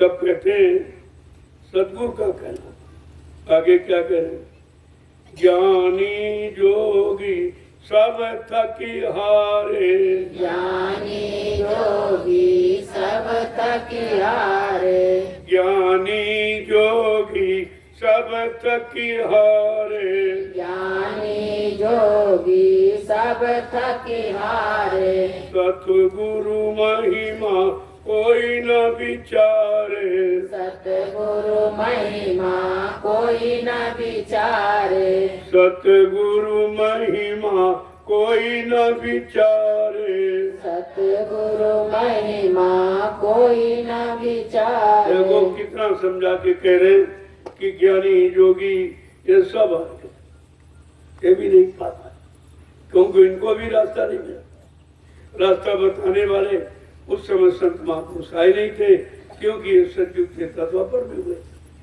और संत सतयुग आए कलयुग नहीं का, उनको नहीं मिला, उनका भी काम नहीं। ये सब आ रहे हैं और हम सब संसारी जीव इन्हीं तक सीमित है, इन्हीं को सब कुछ मान रहे कि यही सब कुछ है। लेकिन अगर सब कुछ होते तुम्हारा सब कुछ काम कर देते, तुम्हारी जीवात्मा का तो कल्याण किया नहीं, न इनका खुद हुआ न तुम्हारा किया। लेकिन अब ये समझे कौन, समझाए कौन, कहते संतों की शरण में जाओ, वो समझाए। बिन सत्संग विवेक न होई, राम कृपा बिन सुलभ न सोई, कहा बिना यानी सतगुरु के सत्संग के मन बुद्धि में विवेक ज्ञान हो ही नहीं सकता, और ये मिलेगा भगवान की कृपा से। भगवान कृपा करेगा, भगवान यही कृपा करेगा तुम्हें संतों के पास पहुंचा दे, और कुछ नहीं करता भगवान, वो भी नहीं कुछ कर सकता, उसको भी ये अधिकार नहीं है।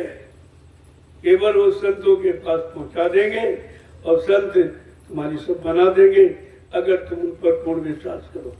आगे क्या कहना, ताते सतगुरु शरण पुकारो, सतगुरु शरण पुकारो, ताते सतगुरु शरण पुकारो, सतगुरु शरण पुकारो, आरत उनकी नित प्रतिधारो, आरत उनकी नित प्रतिधारो, आरत उनकी नित प्रतिधारो।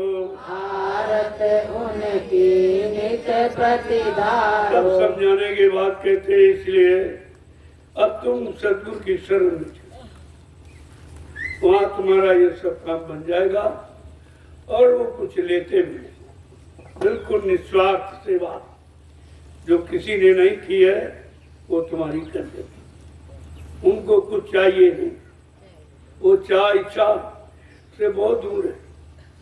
चाह गई चिंता मिटी मनुआ बेपरवाह, जिनको कछु न चाहिए वो सहन के साथ, वो बादशाहों के बादशाह, उनको कुछ नहीं चाहिए, उनकी शरण में चले जाओ, तुम्हारा ये सब काम सरलता से हो जाए। आगे क्या करें, आरत विधि अब करूं सिंगारा, आरत विधि अब करूं सिंगारा, आरत विधि अब करूं सिंगारा, आरत विधि अब करूं सिंगारा, सतगुरु मेरे हुए दयाला, सतगुरु मेरे हुए दयाला, सतगुरु मेरे हुए दयाला। सतगुरु मेरे हुए दयाला। सब तरह से यार विनय प्रार्थना उनकी करो, अंदर से अंदर के भाव से, काम क्रोध लोभ मोह अहंकार से पाक साहब निर्मल पवित्र होकर उनकी आरती, आरती माने विनय प्रार्थना कि हमारा भी एक काम बन जाए। हमारी जीवात्मा बहुत युगों से बोली भटकी है, अब आप दया कृपा कर दीजिए। अब मुझे मालूम हुआ कि आपके सिवा आत्मा का उद्धार करने वाला कोई नहीं।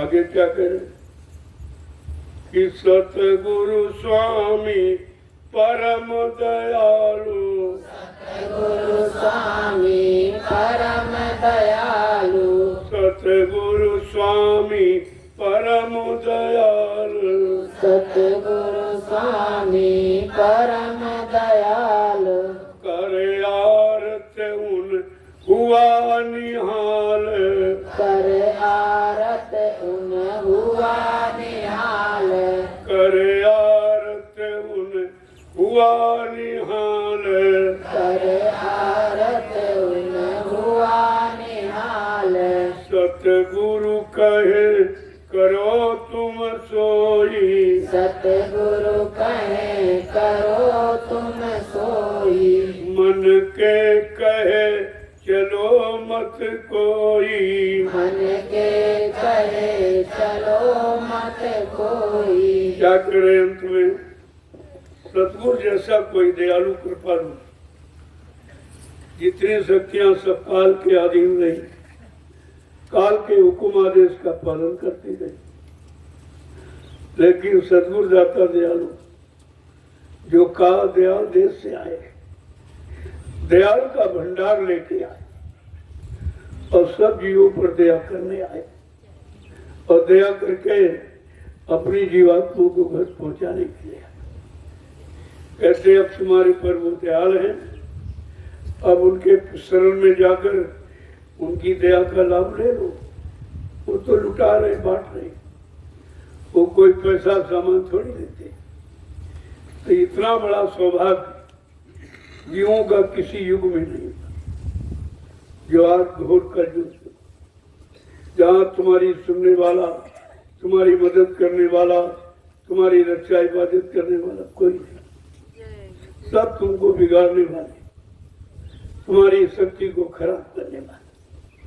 ऐसे तो साथी सब आपने बनाए, जरूर तुम्हारा नुकसान ही कर दिया और फिर भी तुम समझ नहीं पा रहे। वादी रोज नुकसान करे लेकिन समझ नहीं।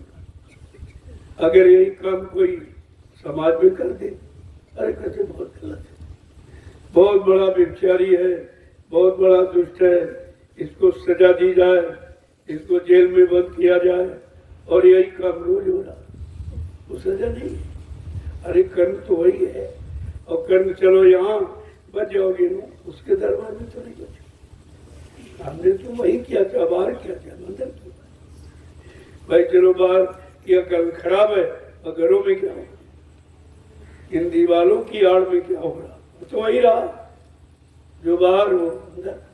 अंतर क्या लिया जाए, यहाँ तो चलो उन्होंने ऐसा विधान बना लिया कि गलत है, गलत है। जब गलत है चाहे यहाँ हो चाहे वहाँ, उसकी बाकी सजा वहाँ मिलेगी आपको कि आप इसी काम के लिए गए थे, इसी काम के लिए मनो शरीर मांगा था। आपने तो कहा था यह प्रभु कृपा करो ये भांति और सब तज भजन करत दिन राती। आपने तो पूरा जीवन भजन में के लिए मांगा था, रात दिन भजन करेंगे और ये भजन है, ये जो कर रहे हो ये भजन है। ये भी इतना भी नहीं समझ पाए क्या कहा और क्या कर रहे। ये वादा गर्भवास का शुरुआत में आपने वादा किया और वो काम आज तक शुरू ही नहीं। कितना बड़ा दोष है, कितना बड़ा अपराध है जो आपने प्रभु से झूठ बोला, उनको धोखा दिया, उनसे कहा वो अभी तक नहीं किया, तो चलो कहा चलो जो बचा है जीवन इसी में इनका काम करा दिया जाए। देखो इतने दयालु, अरे कहा चलो गई सो गई और रही वो संभालो। जो जीवन चला गया, जो शक्ति खत्म करती बर्बाद कर दी, लेकिन जो बची है उसको सुरक्षित रख के अब तो अपनी आत्मा का काम शुरू करो, अब तो बचत करो, आप काम आपका हो जाएगा। अन्यथा फिर ये न जीवन मिलेगा न ये समय मिलेगा, न समय की जानकार सदगुरु मिलेंगे, ये सब आपका खत्म हो जाए, कुछ नहीं मिलेगा।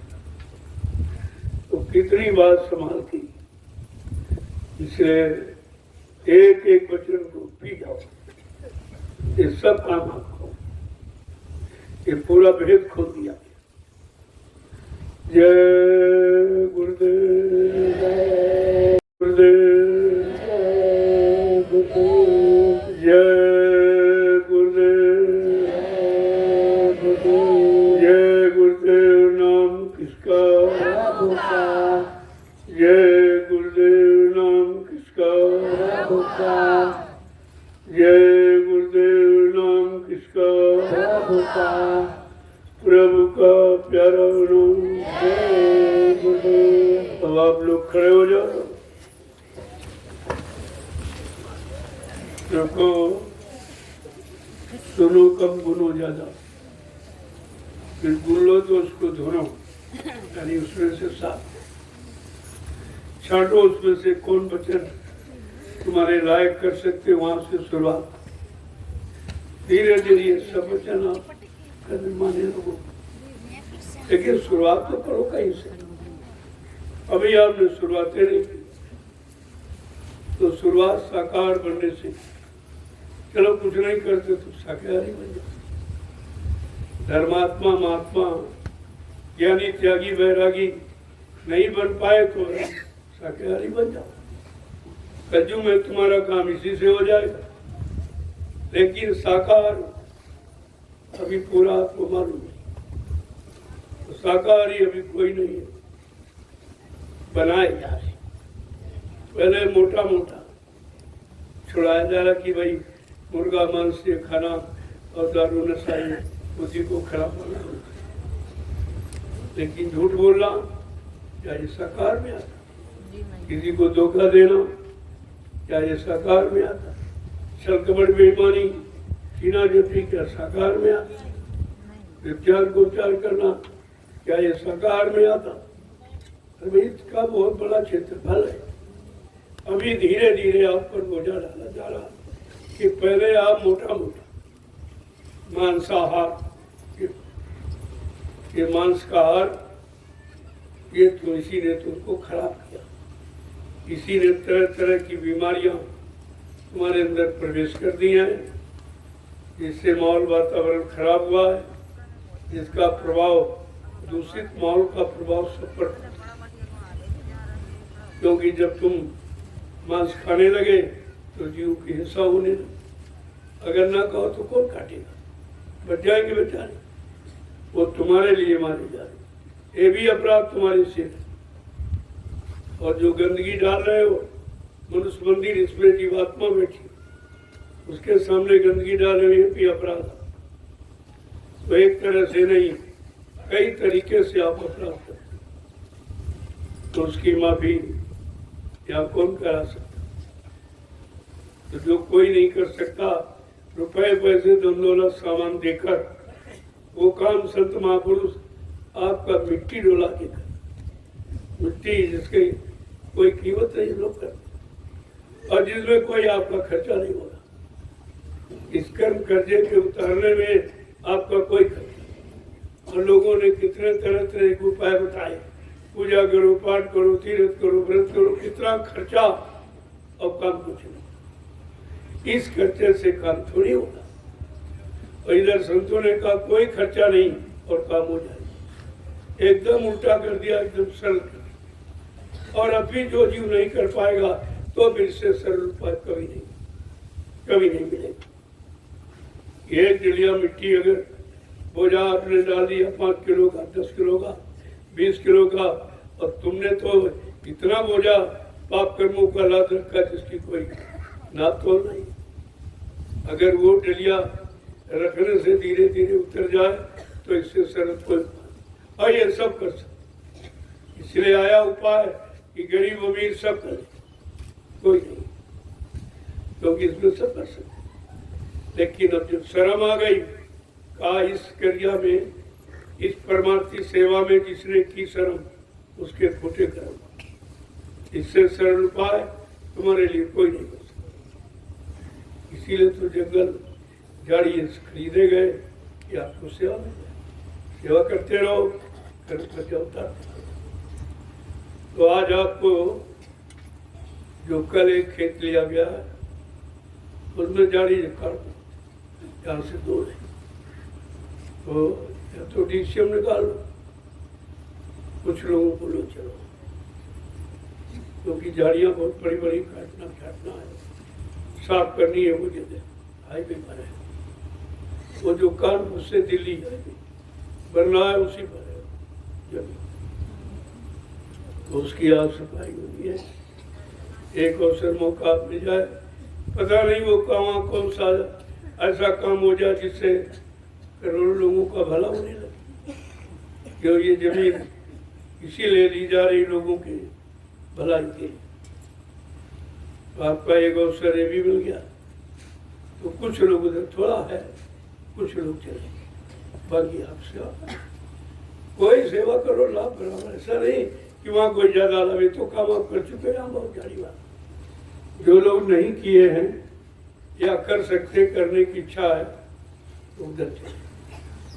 तो झाड़ियाँ काटी महिलाओं की बस की बात नहीं है, और जो कर सकते तो करें, कोई मना नहीं है, सेवा के लिए मना नहीं किया जाता, लेकिन कर सकते तो। बड़ी बड़ी झाड़ी झुकारी है, उनको काटना है, पौधे से साफ करना है, थोड़ा मेहनत का काम है। इसलिए कहा भाई उसको को जो नौजवान है वो सब चले, बाकी लोग यहाँ जो सेवाएं चल रही वहाँ पूरी करो, क्योंकि सबकी तो वहाँ जरूरत नहीं है। थोड़ी जगह भी मिली है, थोड़े लोगों से वो साफ हो जाएगा, और बाकी जैसे जगह मिलती जाएगी आप सबको मौका मिलता जाएगा। एक जगह और की बात हुई है दयाल बाग के पीछे, वहाँ सबको चलना पड़ेगा। वहाँ बड़ा 20 बीघे का खेत है, वहाँ तो सब, इसलिए आप तो थोड़े लोग चलो, और कल उसकी परसों उसकी बात हो जाएगी, तो फिर आप सबको वहाँ चलना, तो सेवा सब मिलेगी। जय गुरुदेव, जय गुरुदेव, जय गुरुदेव, जोर से बोलो, सब मिल बोलो, बोल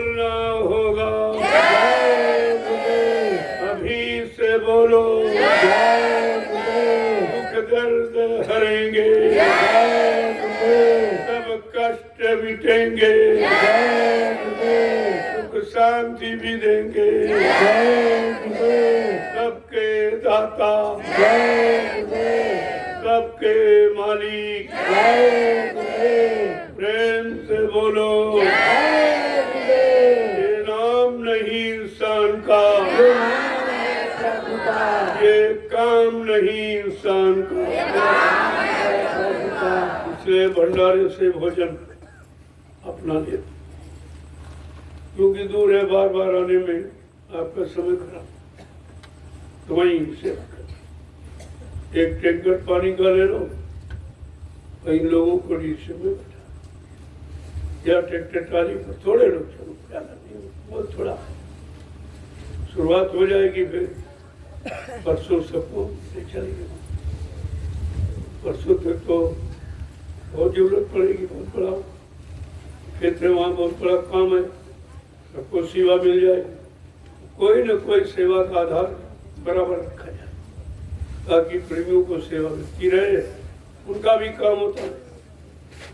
जमीन की प्रेम नहीं खरीदी है, लेकिन वो महंगी भी है और तुमको सेवा भी नहीं मिले, तो बड़ा नुकसान है। तो महंगी खरीदे और सेवा भी चली जाए, इसलिए जो कोई नहीं लेता वो उबड़ खाबड़ जंगल झाड़ी खरीद ली जाती, कम पैसे में भी आपका धन भी बचता और आपको सेवा का अवसर भी दे, दो काम आपको दे, इसलिए ऐसा किया। जय गुरुदेव।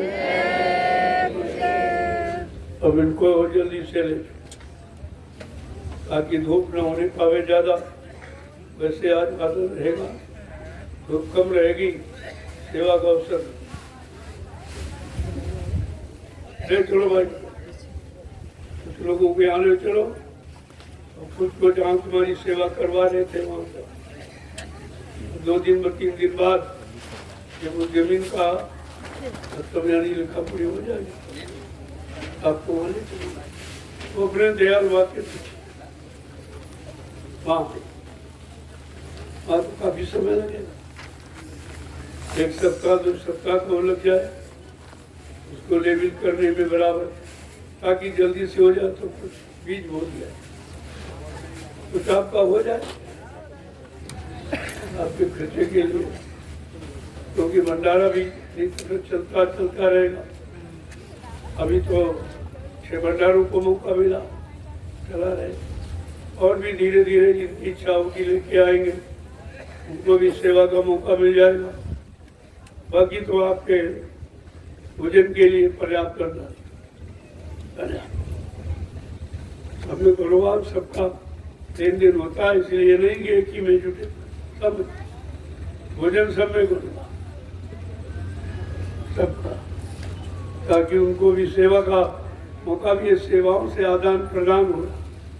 आपने किसी का खा लिया, खिलाया नहीं, ले लिया, दिया नहीं, तो ये सब आपका पूरा हो जाएगा। उन्हीं को बुलाया गया, वही आए हैं जिन पर आपका लेन देन, दूसरा यहाँ नहीं आएगा, वही आए जिनसे आपके कर्म कर्जे का उद्धार होना है, वही तुम्हारे साथ जोड़े जा रहे हैं, वही आ रहे। बाकी सब क्यों नहीं आ रहे, यहाँ के लोग क्यों नहीं जुड़ रहे, ये भी तो है, देखो सामने प्रमाण है, ऐसा नहीं इनका कोई नहीं। अब होगा तो समझ से आ जाएगी, अगर होगा कोई तो समझ से उनको भी आना पड़ेगा, क्योंकि कर्म कर्जा काल तो बैठने नहीं देगा, काल सब तरह से अपना कर्म कर्जा ले लेगा। इसलिए ये सरल है और आपके लिए, और ये सब पास वाले गांव के लोग आ जाए, तुम्हें जगह नहीं मिलेगी, वही सब बैठ रही है, वो पहले ही से आ जाके सेवा शुरू करते हैं। तो नहीं आते तुम्हारा फायदा है, नहीं आते तो आपका फायदा, आपको सेवा नहीं। ये सब आना तो सबको है, बचेगा कोई नहीं, कुदरत का ऐसा जाल बना है कि बचेगा। तो जिन्होंने ये खराब किया उनको तो नाक रगड़नी पड़ेगी, आना तो दूर, आज नाक रगड़े कि हमको माफ कर दीजिए, हमने बहुत गंदा खान पान किया है, बहुत लोगों को मारा सताया है, बहुत झूठ चल कपड़ बेईमानी किया है, हमको माफ कर दीजिए। देखना भी आप कितने आते, देखते नहीं है, अपना काम करते नहीं, तुम्हें किसी तरफ नहीं देखना। जय गुरुदेव। चलो भाई सब लोग ये धूप हो जाओ।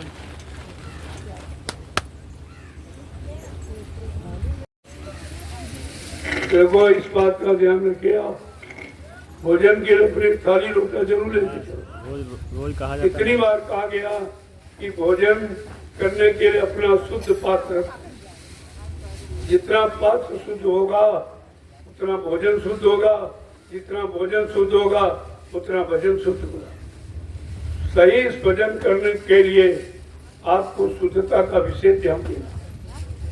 ये पत्थर पता नहीं किसने बनाए हो, कि शराबी मांसाहारियों के बनाए हुए, और किसने बेचा वो कैसा, आप तो ले आए खरीद कर तो खाने लगे उसको। ये कुछ आपने विचार किया नहीं, इसलिए सब सोच समझ कर आपको मना किया कि अपना बर्तन अपने साथ, ये सबसे बड़ी शुद्धता है।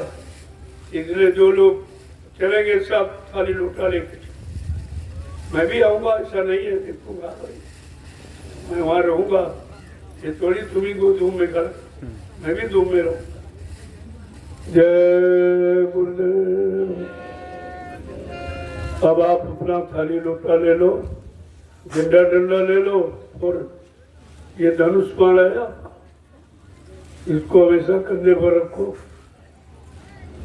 आदेश तो यही था कि धनुष बाण कभी छोड़ना नहीं, ये तुम्हारी सुरक्षा का अस्त्र है, अपना नहीं। यहाँ तो जंगल है तो हर वक्त आपके साथ होना चाहिए, और ये काटने के लिए कुछ बांके ले और कुछ कुल्हाड़ी, बाकी सब फावड़े। कुछ लोग काटे छाटेंगे, बाकी लोग फावड़े सुखा देंगे। फावड़े का काम ज्यादा है, चलो उसको साफ कर दो। अपना एक मतलब स्थान, क्योंकि सारे हिंदुस्तान में ही होना है और उस क्षेत्र में है भी नहीं, कोई न कोई ऐसा चिन्ह बना दिया जाएगा जिससे लाखों लोग लाभ उठाएंगे। अब वो क्या बना हो तो मालिक की दया पर निर्भर है, उनकी जो मौज होगी वही बन जाएगा और सबके काम आएगा।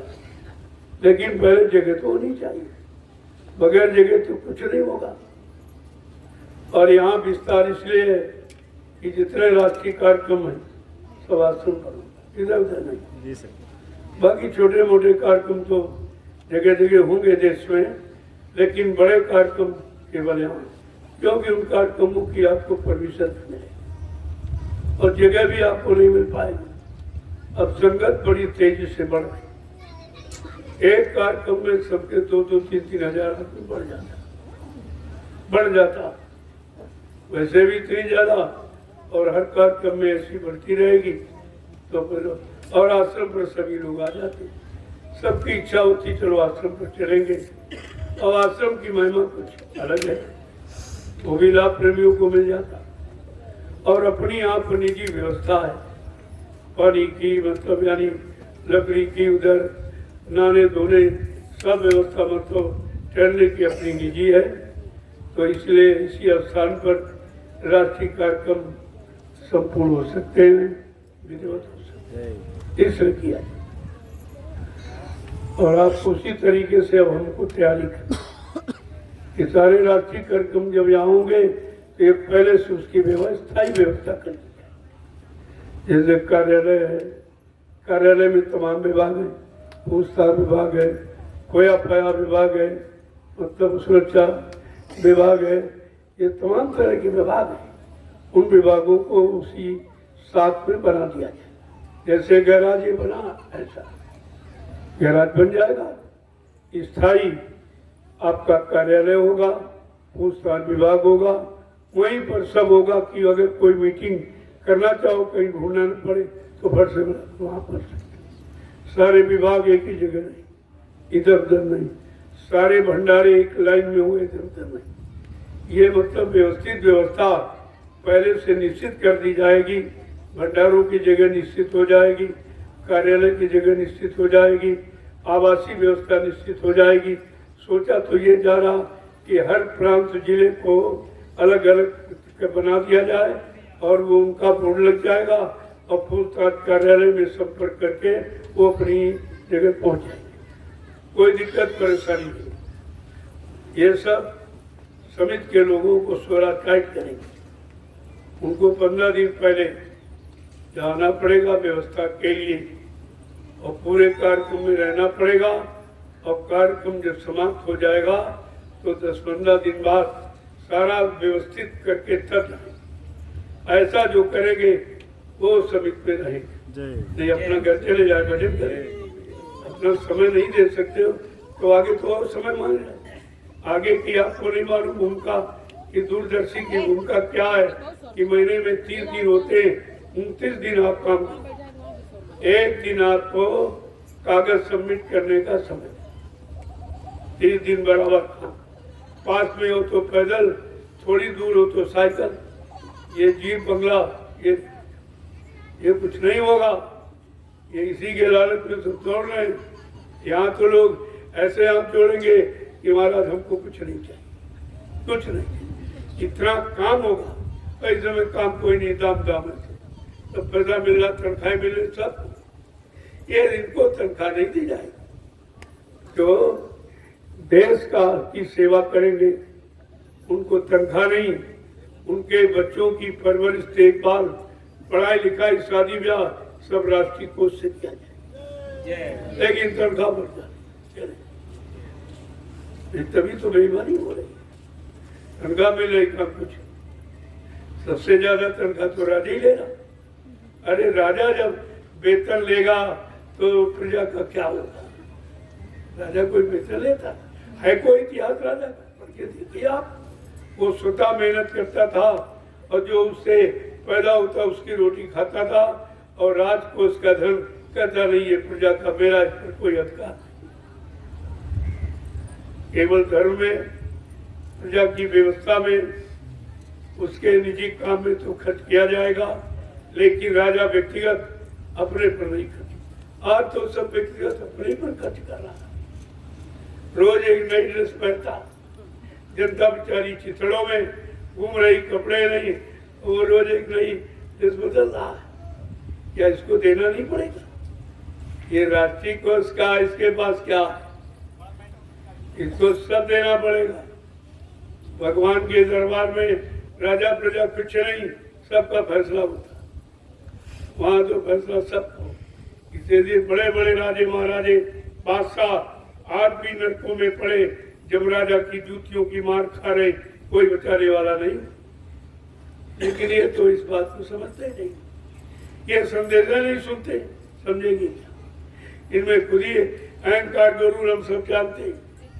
जो अपने लिए नहीं जानता, अपने जीवात्मा के कल्याण के नहीं जानता, किन कर्मों के करके, यानी जो कौन कर्म हमें करने चाहिए, कौन नहीं करने चाहिए, जब वो अपने कर्मों को विधान नहीं जानता तो क्या जानता? चले जाता। इसलिए यथा राजा तथा प्रजा। अब जैसा राजा बनोगे वैसे ही तुमको बनना पड़ेगा, तुमको उसके अनुसार चलना पड़ेगा, उसके गंदे कानून नियम को मानना भी पड़ेगा। ये सब होगा। आप लोग चलिए अपने काम में रहो, ये तो सब चलता रहेगा। इससे इसी को तो दूर करने का एक तुम्हारा प्रयास है और ये सब काम क्यों आपको सिखाया जा रहा, ये ट्रेनिंग क्यों दी जा रही? देश को समृद्धशाली बनाने की, देश के लोगों को स्वयं स्वावलंबी बनाने की, अपनी मेहनत, परिश्रम, ईमानदारी से रहने के लिए ऐसी व्यवस्था का सूत्रपात हो रहा है। इनको भी क्या समझ में आता? जब आएगा तो समझ में आ जाएगा।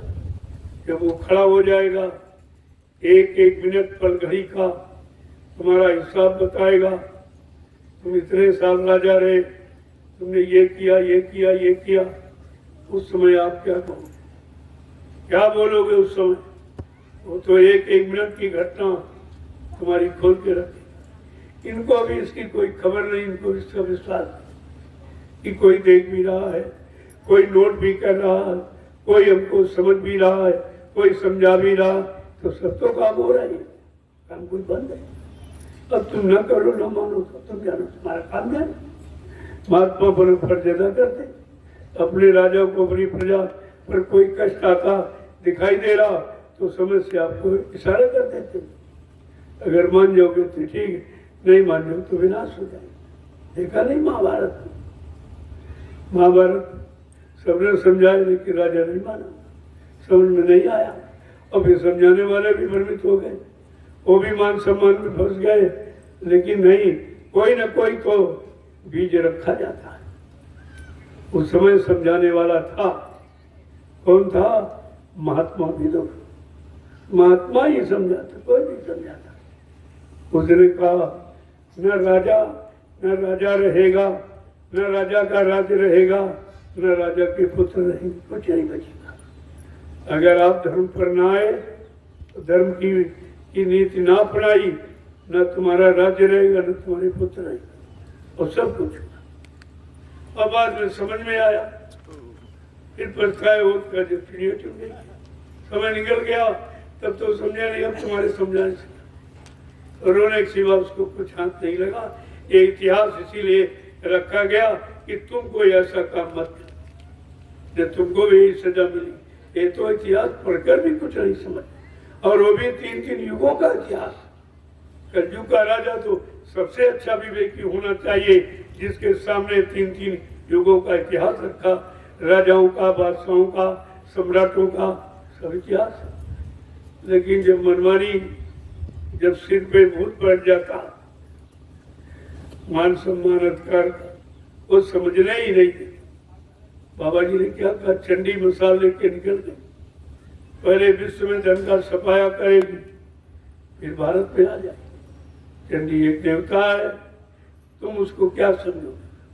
अब महात्माओं के रहस्य में सारे कौन समझेगा, कौन जानेगा भाई चंडी क्या है और कैसी है, कौन क्या हो, तो नहीं समझोगे। लेकिन जो समझा रहा उसको मान तो सकते, उसे मानने में क्या तुम्हारा क्या खर्चा, लेकिन मानेंगे भी नहीं। क्यों? बापू का घड़ा बन गया, वो फूटेगा जरूर। जब फूटेगा और तब उस समय का जब फूटने का वक्त आता है तब भी समझाया जाता, लेकिन उस समय मानव की बुद्धि विकृत हो जाती। जब जैसी हो तपता, तब तैसी मति होए, और कार्य रेख की लेख को बैठ सके न, विनाश कार्य विपरीत बुद्धि। ये धर्मशास्त्रों ने पहले लिख दिया, न तो उसको मानते हैं, काल मत को भी नहीं मानते, और दयाल मत को तो जानते ही नहीं, उसको क्या मानेंगे। जय गुरुदेव। अब आप लोग चलिए, चलो जब ये 2 हो जाएंगे, लोग जाने वाले हों, जिनको अभी जाना तो आप मिलो, प्रसाद ले लो, चले जाओ। जिनको शाम को कल जाना तो शाम को मैं सबसे मिलता हूँ, तब आप मिले और प्रसाद ले जाए। लेकिन धीरे धीरे आप जाओगे, दूसरे लोग आ जाएंगे। परिवार को सभी लोग आना चाहते हैं, मैंने इसीलिए 1 महीने का रखा है कि सारे परिवार यानी मतलब क्रम से आ सकते हैं। तुम चले जाओ, वो आ जाएंगे, फिर वो आए काम करके सेवा करके चले जाएंगे, तो चले, ऐसे सबको मौका मिल जाए। 1 महीने का जो समय रखा गया साधना शिविर का, इसका लाभ सबको मिल सकता। अगर ये क्रम आप अपना लें तो परिवार के लोग सभी आ जाएंगे, सबको लाभ मिल जाए। आप जाओ और जो लोग वहाँ हैं उनको भेजो, उनको भी लाभ मिल जाएगा, क्योंकि ये सत्संग तो नित्य चलता रहेगा। अब इसकी जरूरत है।